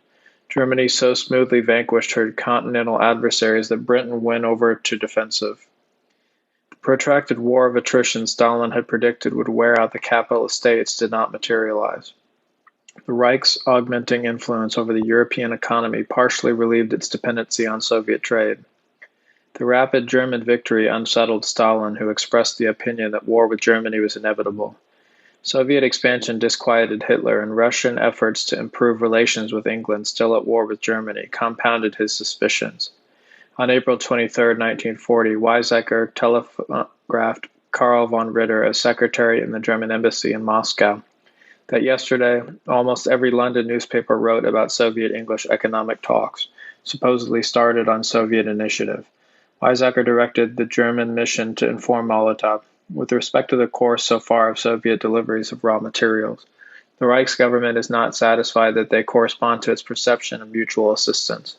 It implores the Soviet government to increase and continue deliveries during the months favorable for transportation and immediately get larger shipments of oil and grain in motion. Moscow negotiated a trade agreement with London while simultaneously slacking on obligations to Germany. The British ambassador, Sir Stafford Cripps, conferred with Stalin in July to win Russia for an anti-German alliance. Cripps promised that England would accept Soviet control over the Dardanelles, the Balkans, eastern Poland, and practically any arrangement for post-war Europe Stalin wanted. Considering traditional British foreign policy, these were lavish concessions. The Soviet dictator confided that he considered Germany the only threat. He more or less opened the door to an alliance with London. Aware that the conference with Cripps would arouse mistrust in Berlin, Stalin ordered Molotov to provide the German ambassador with a written summary for the talks. The Molotov version, which Schulenburg forwarded to his government, gave the impression that Stalin had remained loyal to the German alliance and rejected the Cripps proposals. However, Hitler received more reliable information from Rome. Italian agents were secretly monitoring the dispatches of the Yugoslavian ambassador in Moscow, Milan Gavrilovic, to Belgrade. This intelligence they relayed to Berlin. Gavrilovic wrote that Moscow's interest in siding with England in this way, Hitler learned of Stalin's duplicity. Also during July, Hitler and Ribbentrop began mediating a border dispute between Bulgaria, Hungary, and Romania. The Red Army massed along the common frontier with Romania. It prepared to invade and restore order if war broke out among the Balkan states. Reports of Soviet troop concentrations in Bessarabia induced Hitler to order 2 German armored divisions stationed in southwestern Poland, plus 10 infantry divisions, to rapidly occupy the Romanian oil fields at Ploesti, in case the region became unstable. On August 24th, the Hungarian-Romanian talks broke down. Hitler forced their diplomats back to the conference table. Germany's powerful economic influence in the region, together with justifiable fear of Soviet intervention, led them to accept the Führer's arbitration. At a session conducted by Ribbentrop and Italian Foreign Minister Galeazzo Ciano in Vienna, on August 30th, Romania agreed to cede the northern part of Siesenberg to Hungary. In exchange, Germany and Italy guaranteed Romania against foreign aggression. Upon Bucharest's request, the Germans dispatched a military mission including mechanized troops and air force units to train and upgrade the Romanian army in October. Moscow contributed to the crisis by attempting to provoke Hungary and Bulgaria against Romania. The Kremlin now protested that the Vienna arbitration violated Article 2 of the German-Soviet Pact. The 1939 treaty required consultation and questions of mutual interest, but the Russians had not been invited to negotiations in Vienna. Ribbentrop replied that Soviet interests in the Balkans had already been satisfied with the occupation of Bessarabia in June. He reminded Molotov that the USSR seized all of Lithuania, including a portion defined as a German sphere of influence, without notifying Berlin. Ribbentrop argued that German diplomatic intervention in the Balkan controversy had restored stability to a region bordering the Soviet Union, which could only be in Moscow's interests. Molotov responded in a memorandum on September 21, 1940. He disputed Ribbentrop's position, claiming that the German-Italian guarantee for Romania is directed against the USSR. Its actual purpose was to protect Romania from Hungary, whose regent was unsatisfied with the final arrangement. Although the Germans addressed Molotov in a manner the Romanian foreign minister described as well-meaning, conciliatory, relations between Moscow and Berlin cooled that summer. Regarding the Soviet occupation of the Baltic states in June, the German ambassador in Riga wrote this to his superiors. Pro-Russian circles are for the moment claiming with great vehemence that the entire action is directed against Germany, and in a short time an offensive into German territory will begin. Soviet authorities in Bessarabia advised ethnic Germans settled there not to exercise the option to migrate to Germany. They explained that the Red Army would invade the Reich soon, so there was no point in moving. In October, the Germans came into possession of an original Soviet military document containing the plan to attack Romania and capture the Ploesti. The Soviet Chief of Staff, Zhukov, transferred the 5th, 9th, and 12th Armies to Bessarabia, deploying them on 110 miles from the Romanian oil fields. The 9th Army alone possessed more tanks than the entire German armed forces. On October 13, Ribbentrop wrote Stalin suggesting that Molotov visit Berlin. Stalin accepted, sending his foreign affairs commissar on November 12. During the conferences, the Führer reminded his guests of Germany's support during the Finnish War and regarded the military occupation of the Baltic states and of Bessarabia. He argued that Germany and Russia always profited when working together, When they turned against one another, only foreign powers benefited. Hitler told Molotov that Germany had no political interest in Finland but urgently needed her trade to acquire nickel and lumber. The only German troops there were en route to northern Norway, a transfer soon to be completed. He emphasized that Germany requires peace in the Baltic Sea region to continue the war against Britain. Hitler and Ribbentrop, who remained cordial and patient throughout the conferences, urged Soviet expansion southward toward Persia and India. Molotov showed no interest in the suggestion. He repeatedly returned to his demands for increased Soviet influence over Finland and the Balkans, especially Bulgaria. The meeting, which ended with Molotov's departure on November 14, failed to reach a viable compromise. This compelled Hitler to gradually transfer more troops to the Reich's eastern frontier to hold possible Soviet expansion in check. As a result, he lacked adequate military resources to subdue England.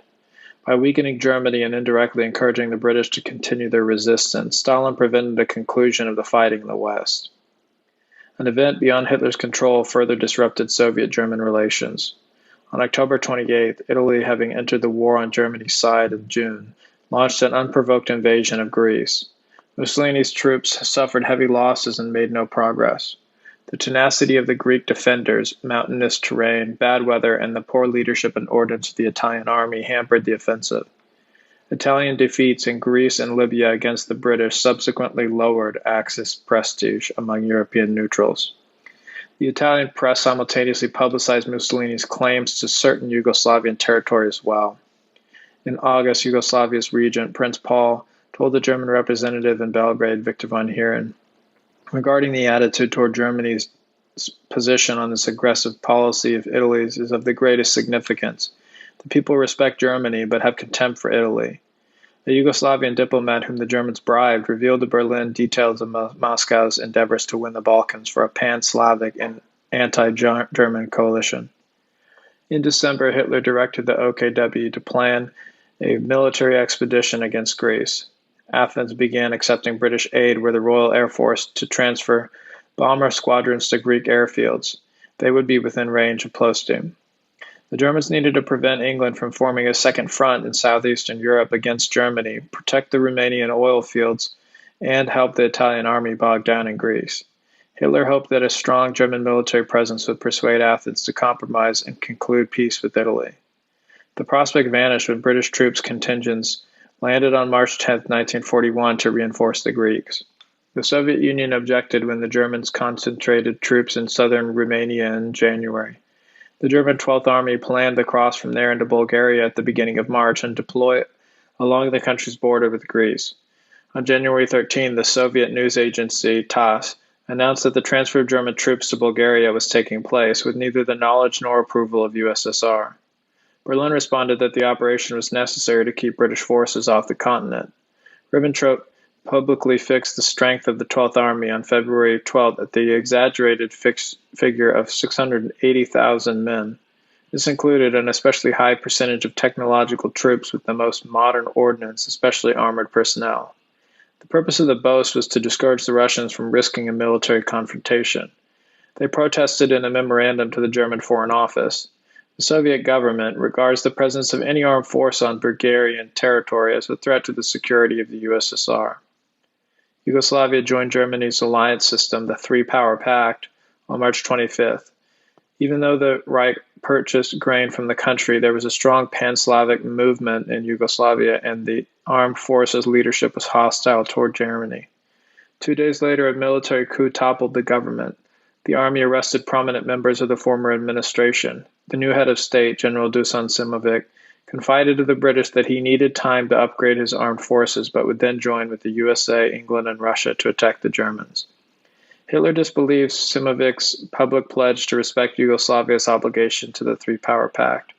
The very day of the coup, the Führer told OKW, Yugoslavia must also be considered an enemy and therefore beaten as quickly as possible. Moscow congratulated the new regime in Belgrade by telegram, declaring that the Yugoslavian people have again proven worthy of their glorious past. Hungary's regent Nicholas von Horthy warned Hitler, Yugoslavia could scarcely have let herself be led down this path without a certain Soviet influence. The German army invaded Yugoslavia and Greece on April 6th. Although American newspapers estimated the British expeditionary force in Greece at 240,000 men, the Germans more accurately fixed its strength at around 60,000. Handicapped by ethnic dissonance within its ranks, unpreparedness, and a poor command structure, the Yugoslavian army failed to offer cohesive resistance against the Germans. The Greek army fared no better. The British troops, who, according to a German combat correspondent, got drunk during the day and chased girls at night, soon prepared to evacuate the mainland. The German armed forces occupied both countries with minimal losses. The Balkan debacle strained German-Soviet rapprochement. Moscow had concluded a non-aggression pact with the Simovic regime on April 5th. Hitler correctly judged this as an unfriendly gesture. German soldiers discovered documents in Belgrade supporting this opinion. One found in the Soviet embassy read, "The USSR will only react at a given moment. The Axis powers have largely scattered their frightening forces. For this reason, the USSR will suddenly move against Germany." German diplomatic analyst Ernst Wollmann prepared a summary of the former Yugoslavian foreign minister's correspondence. Wollmann concluded that the Soviets encouraged Yugoslavia toward eventual opposition against Germany. "The Soviets are making hasty preparations," Prince Wyde, the German ambassador in Stockholm, cabled Berlin on May 16th. "The Soviet-Russian representative here, Mr. Kollontai, said today, as I found out, that in no time in Russian history have stronger troop contingents been concentrated on the western frontier of Russia than at the present." Hitler received ominous signs of potential Soviet belligerency from other sources as well. From Helsinki came an encrypted telegram relating how the Soviet naval attaché there, Smirnov, disclosed to his American colleague Hufsteiner that Russia will in all probability have to enter the war on the side of the other great democracies. The German counterintelligence chief, Walter Schellenberg, reported a dramatic increase in Soviet espionage, subversion, and sabotage. Harbor police in various European ports captured dock workers placing explosives aboard German, Italian, or Japanese merchant ships. In most cases, the perpetrators were communist agents. The Danish criminal police broke up a particularly destructive ring of communist saboteurs run by Ernst Wollweber. Since 1938, its members had smuggled explosives aboard and sunk nearly 70 vessels bound from Scandinavian ports for Germany. The OKW registered daily Soviet reconnaissance flights over German airspace. It continuously supplied Hitler with assessments of steadily augmenting Russian forces deploying along a mutual frontier. This activity assumed, in increasing proportion, a threatening character.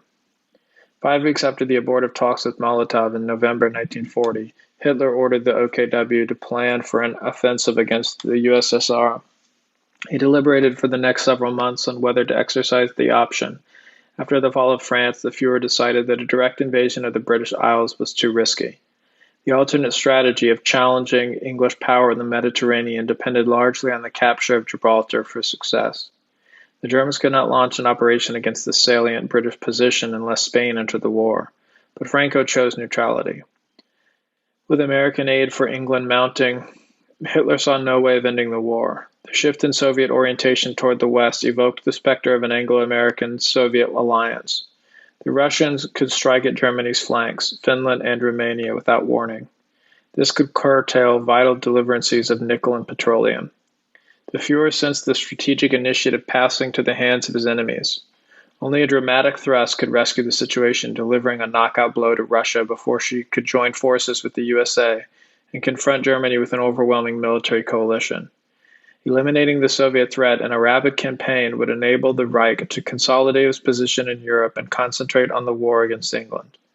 A victory over the USSR would also strengthen Japan's influence in the Far East. Hitler believed that taking Russia out of the game would influence London to conclude a peace with Germany and discourage American intervention. In April 1941, the Soviet government permitted a delegation of engineers from German armament manufacturers, including Mauser, Henschel, and Benz, to tour aeronautic research and production facilities inside the USSR.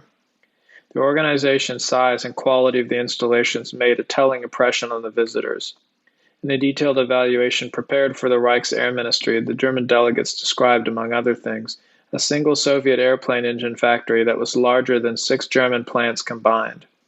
Göring and Luftwaffe staff considered the report exaggerated. He denounced the armaments engineers as defeatists who had fallen victim to a Soviet ruse. Hitler, however, took the analysis seriously. He remarked, "You see how far these people have come. We'd better get started." Since 1939, in fact, mass production of modern combat aircraft in the Soviet Union had increased by 70%. Though Hitler did not necessarily consider the Russians an immediate military threat, the danger their expanding armaments program posed down the road was of great concern. Though German army commanders harbored reservations about starting a two-front war, most were optimistic about the prospects of a swift victory over the USSR. The German General Staff predicted a campaign of 2 to 4 months. Chief of Staff Franz Heider underestimated the strength of the Red Army by half. In Foreign Armies East, a branch of German Army intelligence also understated the size of the Red Army.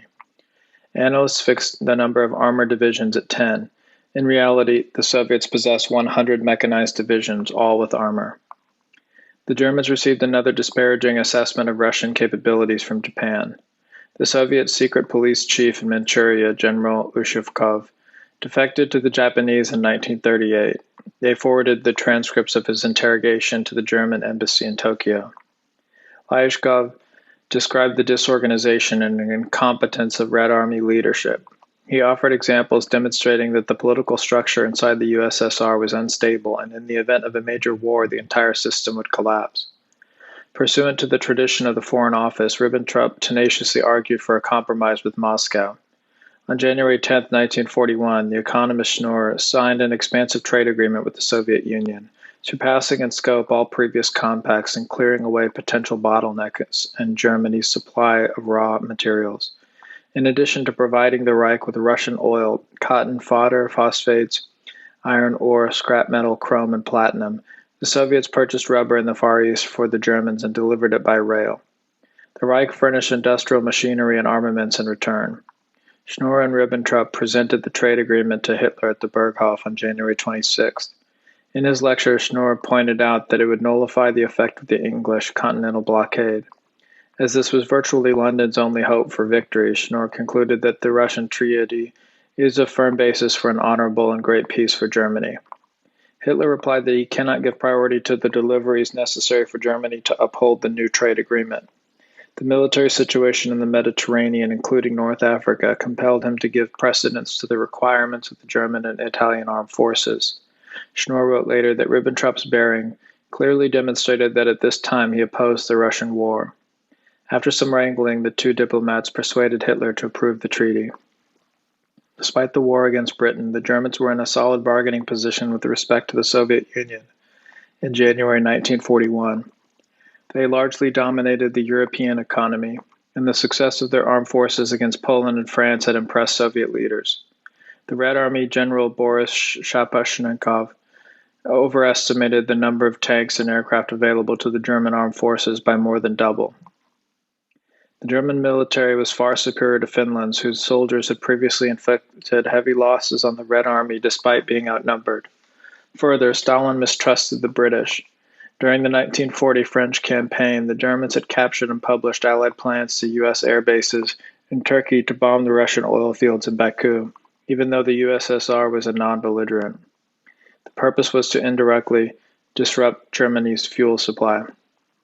In some respects, Stalin regarded Germany as a buffer between the USSR and the capitalist powers.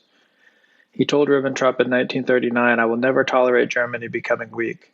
The Russian historian Irina Pavlova summarized, "For Stalin, the growing power of National Socialism was a positive factor in the evolution of international relations, because in his view it aggravated the dissonance between the principal capitalist powers. Were Germany and Russia to come to blows, Stalin would indeed pull the chestnuts out of the fire for the democracy, something he himself had warned against in 1939. The Reich's Foreign Office persistently opposed the plan to invade the USSR. Exasperated, Hitler called the unyielding Ribbentrop my most difficult subordinate. Schnorr often appealed to Generals Wilhelm Keitel and Alfred Jodl of the OKW to promote an understanding with the Kremlin. I described the consequences of the Moscow negotiations and their great advantages for Germany, securing the supply of materials and reserve of foodstuffs, plus far-reaching opportunities to trade with the East. Schnorr borrowed arguments about the expansiveness of Russia, her inexhaustible manpower pool and climate once employed by the Marquis Augustin, who had advised Napoleon against invading the Tsar's empire in 1812. My explanation sadly fell on deaf ears, Schnorr recalled. Jodl answered that all this has been taken into account. From every indication it will be a short war. German diplomats never abandoned the view that the Soviet-German pact would be salvaged, considering the Reich strong enough to hold Stalin to his obligations. The Soviet military leadership prepared two operational plans for an invasion of Central Europe, dated March 11th and May 15th, 1941. The latter study stated that the Red Army must deploy before the enemy does and attack the German armed forces at the moment it is in the deployment stage and is as yet unable to organize the coordination of the individual branches of service. A Soviet propaganda directive instructed journalists the fighting in this war has demonstrated so far that a defensive strategy against superior motorized troop units brought no success and ended in defeat. An offensive strategy against Germany is therefore advisable, one which relies a great deal on technology. Whether Stalin ultimately decided to attack Germany or had a fixed date in mind is still a subject of debate. Thanks to German traitors, he received the text of Hitler's OKW directive to prepare an invasion plan of the USSR. Germany's support of Finland and military penetration into Romania, Bulgaria, Greece, and Yugoslavia also worried the Soviet dictator. The Germans lagged on deliveries of machinery and weapons obligated by treaty. By June 1941, the Red Army had massed 81.5% of its forces oppose German-controlled territory. Hitler opened hostilities on June 22, 1941, repeatedly warned by Keitel of the concentration of Soviet divisions on the frontier. In justifying his resolve to launch a campaign against Russia, Hitler told Ribbentrop sooner or later the so-called East-West pincers will be engaged against Germany. Ribbentrop recalled after the war, confronted with the danger of an attack on both sides, the Führer saw the foregoing elimination of the Soviet Union as the only way out. The decision came neither swiftly nor easily. His aide, Walter Hewell, recalled the anxiety over whether or not to invade the USSR so tormented Hitler that he required medication to sleep. Democratic court historians, especially in post-war Germany, attribute the Russian campaign to Hitler's ambition to gain Lebensraum, or living space in the East. The theory rests on a tenuous assumption, namely that deadlocked in the fight against Britain and practically at war with the United States, Hitler launched a colonial expedition against one of the world's most powerful empires, the principal supplier of natural resources vital to Germany's wartime economy, in order to secure surplus land for future German settlers. In truth, the Reich was short 1 million laborers in 1939, and the government offered incentives to foreign workers, especially Czechs, to migrate to Germany to fill vacancies in industry. After conquering Poland, Hitler told Mussolini that newly recovered German provinces like Posen would require 40 to 50 years to resettle and fully integrate into the economy. Where would Hitler find colonists to export to Russia? Further, the German Race and Resettlement Office promoted a program entitled Come Home to the Reich. It encouraged ethnic Germans living in Poland, the Baltic states, and the Balkans to migrate into Germany. In this way, the state hoped to partially cover the manpower shortfall in the economy. Were Hitler planning to colonize Russia, he would not have authorized an agency to draw Germans living in the East home to the Reich. At no time did the question of Lebensraum enter Hitler's deliberations on whether or not to invade the Soviet Union. Mercantile rivalry among nations is often the genesis of armed conflicts, though those profiting from the adventures publicly describe them as defensive wars or waged for altruistic reasons. The former U.S. President William Taft confessed that modern diplomacy is fundamentally commercial, but cloaked in idealistic feelings of humanitarianism and moral obligations. Regarding American hostility toward Germany, which plagued Hitler throughout his tenure in office, economic considerations played a major role. His country drained of gold reserves, Hitler created a novel money system to get the national economy back on its feet. Accordingly, capital came to represent human productivity. Work itself became money. Currency was no longer a commodity to be speculated upon, loaned at high interest or wielded to manipulate economic life, but solely a means to facilitate transactions. Germany introduced new principles to international commerce as well. Hitler, in the words of the Canadian historian Helmut Gordon, was firmly convinced that as long as the international monetary system remains based on the value of gold, nations able to hold the most gold can force those nations lacking gold to their will, compelling others to accept loans at high interest to dissipate their assets. Hitler believed that a country's power of production should determine the strength of her economy and not the amount of gold in the treasury. Germany concluded trade agreements with 25 financially distressed countries in southeastern Europe, the Near East, and South America. The treaties based transactions on an exchange of wares without monetary payment. In return for foodstuffs and raw materials, Germany supplied poor nations with agricultural machinery, locomotives, and manufactured goods.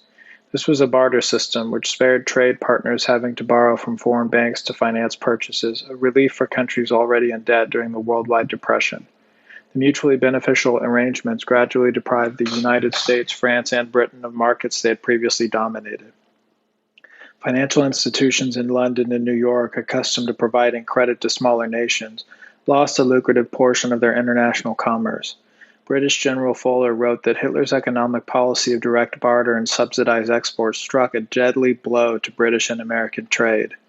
Lord Forbes, belonging to an English trade commission visiting South America, warned, "We don't want the Germans continuing to conduct their system of an exchange of goods and other disrespectful trade methods right under our nose." In 1941, President Roosevelt asked rhetorically, "Will anyone suggest that Germany's attempt to dominate trade in Central Europe was not a major contributing factor to war?" Churchill remarked in 1938, "What we desire is the complete destruction of the German economy." He told Lord Robert Boothby, "Germany's most unforgivable crime before the Second World War was her attempt to extricate her economic power from the world's trading system and to create her own exchange mechanism which would deny world finance its opportunity to profit." Addressing newly commissioned officers of the armed forces in May 1942, Hitler explained the challenge Germany's foreign trade treaties posed for the USA. He described how America enjoyed an abundance of grain and natural resources, plus maintained her own manufacturing industry. Countries wishing to trade with the United States therefore had little to offer in exchange. So America began taking gold for her labors, piling up this gold into the billions. Naturally, this mineral threatens to become utterly worthless once it's realized that a new world is forming, one that no longer recognizes the concept of gold but substitutes the concept of work and human productivity, and from then on begins to trade what is produced through labor without using gold. As far as the Germans were concerned, the U.S. government and corporate America pursued the same goals. In the words of Geseller Wiersing, there was no longer any force in the United States that could resist the unbridled domination of big business. There appeared to be no more difference between the interests of high finance and those of the state. In Roosevelt, America elected a president inordinately concerned with foreign affairs. Roosevelt was a determined internationalist and interventionist, observed Congressman Hamilton Fish. The New York Times correspondent Arthur Kroc described FDR as considering himself absolutely indispensable to mankind. A proponent of liberal democratic globalization, the new president strongly believed in the Versailles structure. Hitler's step-by-step eradication of the post-war order, German competition in European and South American markets, and the Reich's stand for the sovereignty of nations over the one-world concept made Roosevelt an irreconcilable enemy of Germany. During the peacetime years, Washington opposed Hitler's efforts to revise the Versailles Construction. In April 1933, Roosevelt told the French ambassador, "The situation is alarming. Hitler is a madman, and his advisors, some of whom I know personally, are crazier than he is." So far, Ambassador Hans Luther was the only German official the president had ever met. FDR told his French guest, "France must not disarm, and no one will demand to." A month later, Roosevelt wrote the heads of 54 countries urging disarmament. The president discussed foreign affairs before an audience in Chicago in October 1937. He told listeners, "The present rate of terror and international lawlessness began a few years ago," referring to Germany and Italy. Aggressor nations were supposedly piling up armaments on armaments. Their national income is being spent directly for armaments. It runs from 30 to as high as 50% in most of the cases. He suggested that such diseased countries should be quarantined, in other words, economically boycotted. After publication of the speech, the Reichswehr Ministry notified German military commanders, "Roosevelt's words may be regarded as America's formal decision to join the front of the democracies against the fascist states abandoning the policy of isolation." The Reichspress described FDR's speech as the prelude to a huge armament appropriation plan for the near future by the Roosevelt administration. Upon orders from the White House, U.S. Navy Captain Royal Ingersoll went to London in December to discuss fleet operation with the British. The prospect of American naval support against Japan, Italy, and Germany strengthened England's hand in negotiations with Hitler. The German annexation of Austria on March 12, 1938, initially produced a mild reaction from the American press and from Secretary of State Gordon Hull. This altered abruptly within 24 hours. The German ambassador reported to Berlin that the Anschluss suddenly became regarded as a breach of treaty, as militarism, as the rape of defenseless little Austria by a neighbor armed to the teeth, and as a product of the policy of might makes right. As to the probable genesis of the about-face in American attitude, the president personally became involved and gave both the State Department and the press corresponding guidelines. The ambassador warned the Reich's Foreign Office that were Germany ever to become involved in a conflict against England, there isn't much left here that could prevent the entrance of the United States into a war against us. Roosevelt reached beyond America's borders and his authority during the Sudeten crisis that September. To prevent this crucial revision of the Versailles system, he proposed to British Ambassador Sir Ronald Lindsay that the U.S. and Royal Navies blockade the entire European Atlantic coast and the Mediterranean to cut off Germany off from overseas imports. Sea blockades are by international law an act of belligerency. FDR was prepared to abandon neutrality and wage war to preserve Czechoslovakia's claim to the Sudetenland. Chamberlain, wary of Roosevelt's endeavors to extend U.S. influence into Europe, rejected the idea. Then Washington became a savage campaign to malign the appeasers who had again backed down from the dictators, wrote the editor of Germany's National Observer. Chamberlain and Daladier were branded in the U.S. press as downright traitors to the democratic world cause. Washington's intrigues impeded diplomatic resolution of Germany's bid for Danzig in 1939. On December 2, 1938, America's ambassador in Poland, Bedell, met with the Free Cities Commissioner Burckhardt. Bedell, Burckhardt recalled, declared with genuine glee that the Poles are ready to wage war over Danzig. Never since the torpedoing of the Lusitania has such religious hatred against Germany existed in America like today. Chamberlain and Daladier will be blown away by public opinion. It will be a holy war. Roosevelt disrupted negotiations between Germany and England regarding a trade agreement in February 1939, during which Berlin offered far-reaching concessions to improve diplomatic relations, by making London a substantially better offer. In this way, he obstructed another attempt at Anglo-German reconciliation. The following month, Hans Thompson, Ribbentrop's charge d'affaires in Washington, advised Berlin, Roosevelt is personally convinced that Germany is the enemy that must be destroyed because she is seriously disrupting the balance of powers and status quo. On March 23rd, the president promised the British to transfer more U.S. Navy warships to Hawaii, thereby freeing the English Pacific Fleet for deployment in the Atlantic and Mediterranean. He instructed the American ambassador in London, Kennedy, to shore up Chamberlain's resolve to guarantee Poland. On FDR's instruction, the U.S. military attaché in Paris pledged American naval support to protect the French colony of Indochina from the Japanese. In this way, the president gradually increased Anglo-French dependency on the United States, indirectly augmenting his influence over the democracies in their negotiations with Hitler. The April 14, 1939 edition of the Washington Times-Herald reported that Roosevelt was warning the English in the form of an ultimatum to make no concessions to Germany. The American ambassador in Paris, William Bullitt, informed the French government during the summer that if England and France did not come to Poland's aid in the event of a German attack, then they could expect no assistance from Washington in a general European war. They could, on the other hand, reckon with the full support of the USA if they declared war on Germany on Poland's behalf. The former French Foreign Minister, Georges Bonnet, later wrote that Bullitt urged France to take a strong stand against Hitler. I am convinced also that he persuaded Daladier that Roosevelt would intervene in the war if he saw that France and England were in danger. Bullitt did, in 1939, everything he could to make France enter the war. Congressman Fish concluded, if Roosevelt had refrained from meddling in the European situation by encouraging England and France to believe that we would fight their battles, they would have reached an agreement by peaceful means to settle the Danzig issue and avoid the disastrous war. On August 17, Hans Herwarth von Bittenfeld, a traitor on the Reich's embassy staff in Moscow, disclosed information about German-Soviet negotiations to the American diplomat Charles Bolin.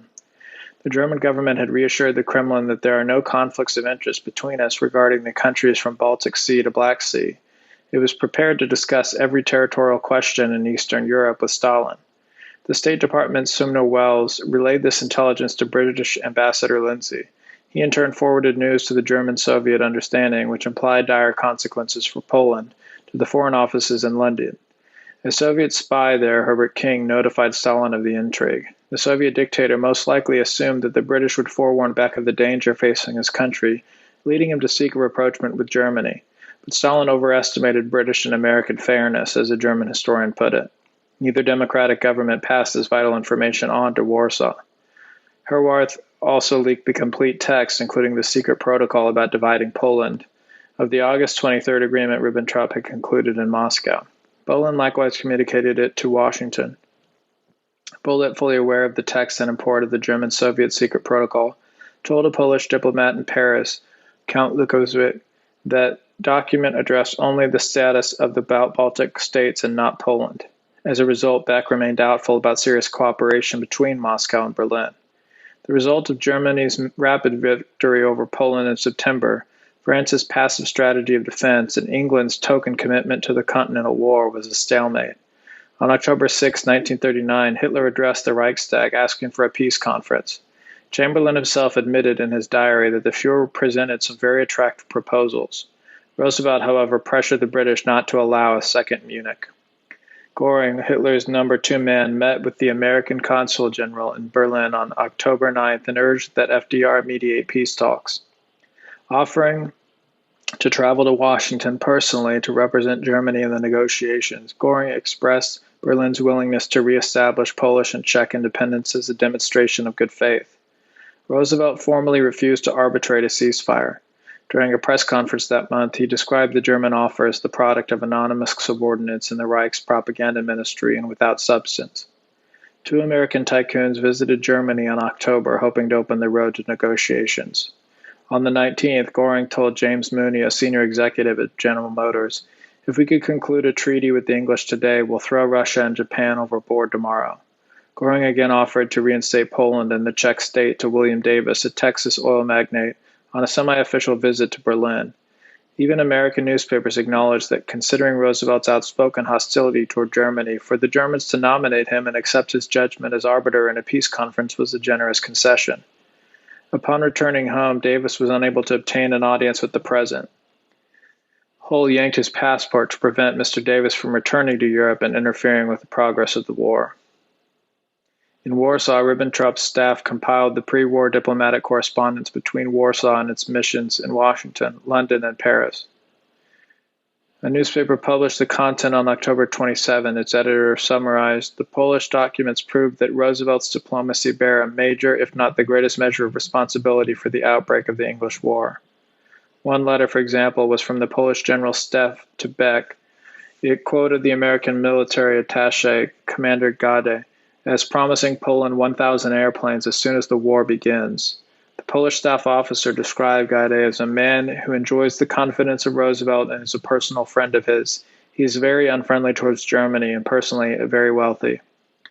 Another document the Germans brought to light was a report by Count Potocki, the former Polish ambassador in Washington, about a conversation he had had with Bullitt in November 1938. About Germany and Chancellor Hitler, Bullitt spoke vehemently and with great hatred. The United States, France, and England must rearm tremendously in order to be in a position to cope with German power. Only then, when the moment is ripe, declared Bullitt further, will one be ready for the final decision. In reply to my question whether the United States would take part in such a war, he said, "Undoubtedly yes, but only after Great Britain and France had made the first move." Ribbentrop presented the original Polish foreign policy letters to the international press for inspection. The editor of the American edition of the German White Book, which published 16 of the letters in English, concluded, "It is likely that they are authentic documents and that this is the opinion of many Washington correspondents, including Sir Wilmot Lewis of the London Times, who might be expected to be skeptical of them." Roosevelt and Hull publicly claimed that the Polish documents were forgeries. During this time, the White House focused on persuading Congress to amend the 1937 neutrality law. The law imposed an embargo on the sale of war material to belligerents in Europe. Already in September, the president had managed to have the restrictions partially relaxed. As a result, U.S. arm manufacturers sold $4,429,323 worth of ordnance to France that month, and $1,422,800 to England. Germany's share in the armaments purchased from America, according to the State Department Bulletin of October 28, 1939, was 49. By the close of 1940, Britain had purchased $2.7 billion in arms from the United States. Roosevelt told a cabinet member, "We have been milking the British financial cow, which had plenty of milk at one time, but which has now about become dry." The president speculated on how to keep the British at war until their supply of dollars runs out. Giselle Wirsing, editor of Germany's popular Signal magazine, made this observation about the arsenal of democracy. The armaments business has grown to one of the worst rackets in American history and has amassed billions in profits through this trading of death. During 1940, there was an enormous increase in dividends. According to an exhibit of the National City Bank in New York, the clear profit of around 2,600 shareholding companies in 1940 amounted to $4,253 million, compared to $3,565 million in 1939. Congressman Fish recalled, Roosevelt's war cabinet had a great deal of cooperation from the powerful Eastern press, largely for war. Pro-war propaganda was heavily financed by the international bankers, armament makers, and big businesses, numerically few in numbers but exceedingly powerful in financial resources and control over vast publicity and propaganda. Reverend John McNichols, the Archbishop of Cincinnati, remarked in January 1941, 10% of our people are cunningly forcing the United States into a world conflict, while the majority of 90%, which is for peace, stand aside silently and helplessly. A Congress eased restrictions on selling weapons to belligerents. America provided logistical support for England to continue the war. Under Washington's leadership, the Western Hemisphere countries proclaimed a nautical security zone southward from China. This zone, 300 to 1,000 miles wide in places, was off limits to combat operations of warring powers. Hitler ordered his navy to refrain from attacking British merchant vessels inside the belt. It substantially reduced the sea lanes the English Royal Navy had to patrol to guard cargo ships en route to Britain. U.S. warships eventually assisted in protecting convoys, monitoring the movements of German U-boats, and reporting their findings to the Royal Navy. During September 1941, Roosevelt decided to become more provocative, adding that if the Germans did not like it, they could attack American forces. He ordered U.S. warships to attack any U-boat which showed itself, even if it were 200 to 300 miles away from the convoy. In 3 separate incidents in September and October, U.S. destroyers on anti-submarine patrol crossed lances with German U-boats. In one occurrence, the USS Greer assisted a British bomber in a depth charge attack against the U-652. Bombarded for 4 hours, the U-boat finally launched 2 torpedoes against its assailant. The Greer eventually broke off the engagement. Roosevelt told the American public in a September 11th radio address, "I tell you the blunt fact that the German submarine fired first upon the American destroyer without warning and with deliberate design to sink her. We have sought no shooting war with Hitler." The Navy Department refused to furnish the Greer's log to the Senate. Hitler instructed his U-boats to avoid confrontation with the U.S. Navy and to fire only in self-defense. According to a Gallup survey, 87% of Americans opposed involvement in a European war, and in that day and age, Congress still had many representatives who understood their duty to respect the wishes of the majority. Roosevelt could not arbitrarily start a war against Germany. Unless the enemy fired the first shot and Hitler was eschewing incidents, the United States would remain sidelined, a silent partner in the Allied war effort. The president therefore sought what an American historian described as the back door to war, to provoke a conflict with Germany's ally, Japan. Like Germany, Japan is a country that relies heavily on imports. The European war seriously curtailed her commerce. As a result, the Japanese depended on increased trade with the United States. Supporting China in her war against Japan, Roosevelt imposed various embargoes on the island empire. On October 10, 1940, the Secretary of the Navy told Admiral James Richardson, Commander-in-Chief of the fleet, that the President wants U.S. warships deployed across the Western Pacific in such a way as to make it impossible for Japan to reach any of her sources of supply. Richardson objected that distributing our Navy in such a vulnerable manner against a formidable maritime adversary, and in so doing provoking it to belligerency, would be militarily senseless. Roosevelt dropped the idea. Considering the USSR the greater menace, Tokyo sought an understanding with the United States. In November 1940, Foreign Minister Yosuke Matsuoka asked Bishops James Walsh and Peter Drought of the Catholic Missionary Society of Maryknoll, New York, to deliver his peace proposal to Washington. Meeting with the President and Secretary of State on January 23, 1941, the emissaries relayed Japan's willingness to negotiate, canceling her pact with Germany, evacuating her army from China, and respecting Chinese sovereignty. At the close of the 2-hour meeting, Roosevelt and Hull agreed to consider their proposals. Walsh and Drott heard nothing further from the White House. In February, Tokyo appointed Admiral Nomura, acquainted with Roosevelt from World War I, ambassador to the United States. Meeting with the president on the 14th and in over 40 sessions with Hull during the next several months, Nomura was unable to reach a compromise with the administration. Washington was in fact more interested in the action proposal submitted on October 7, 1940 by Naval Lieutenant Commander Arthur McCollum. This memorandum stated prompt aggressive naval action against Japan by the United States would render Japan incapable of affording any help to Germany and Italy in their attack on England. It is in the interest of the United States to eliminate Japan's threat in the Pacific at the earliest opportunity. McCollum suggested, among other things, that America completely embargo all U.S. trade with Japan, in collaboration with a similar embargo imposed by the British Empire, and pressure the Dutch to refuse to grant Japanese demands for undue economic concessions, particularly oil. McCollum cautioned, it is not believed that in the present state of political opinion, the United States government is capable of declaring war against Japan without more ado. The author introduced an 8-point program to provoke the Japanese. If by these means Japan could be led to commit an overt act of war, so much the better. At all events, we must be fully prepared to accept the threat of war. In November 1941, Secretary of War Henry Stimson speculated in his diary on how to maneuver Japan into firing the first shot without allowing too much danger to ourselves. Without Congress's knowledge, Hull delivered an antagonistic ultimatum to Japanese negotiators on November 26th. He himself confessed, we had no serious thought that Japan would accept our proposal. The terms, had Tokyo agreed to them, would have so substantially weakened Japan's position in the Far East, especially with respect to China and Russia, that they were unacceptable. The Japanese responded by opening hostilities against U.S. and British bases in the Pacific. The infamous air raid on the U.S. naval base at Hawaii, conducted by 350 carrier-based Japanese bombers and fighters, galvanized American public opinion and Congress to enter the war. The three-power pact that Germany had concluded with Italy and Japan in September 1940 was a defensive alliance. It did not obligate the Reich to declare war on the United States, since Japan had struck the first blow. The Japanese, for example, had done nothing to assist the Germans in their war against the Soviet Union, which had been raging for 6 months.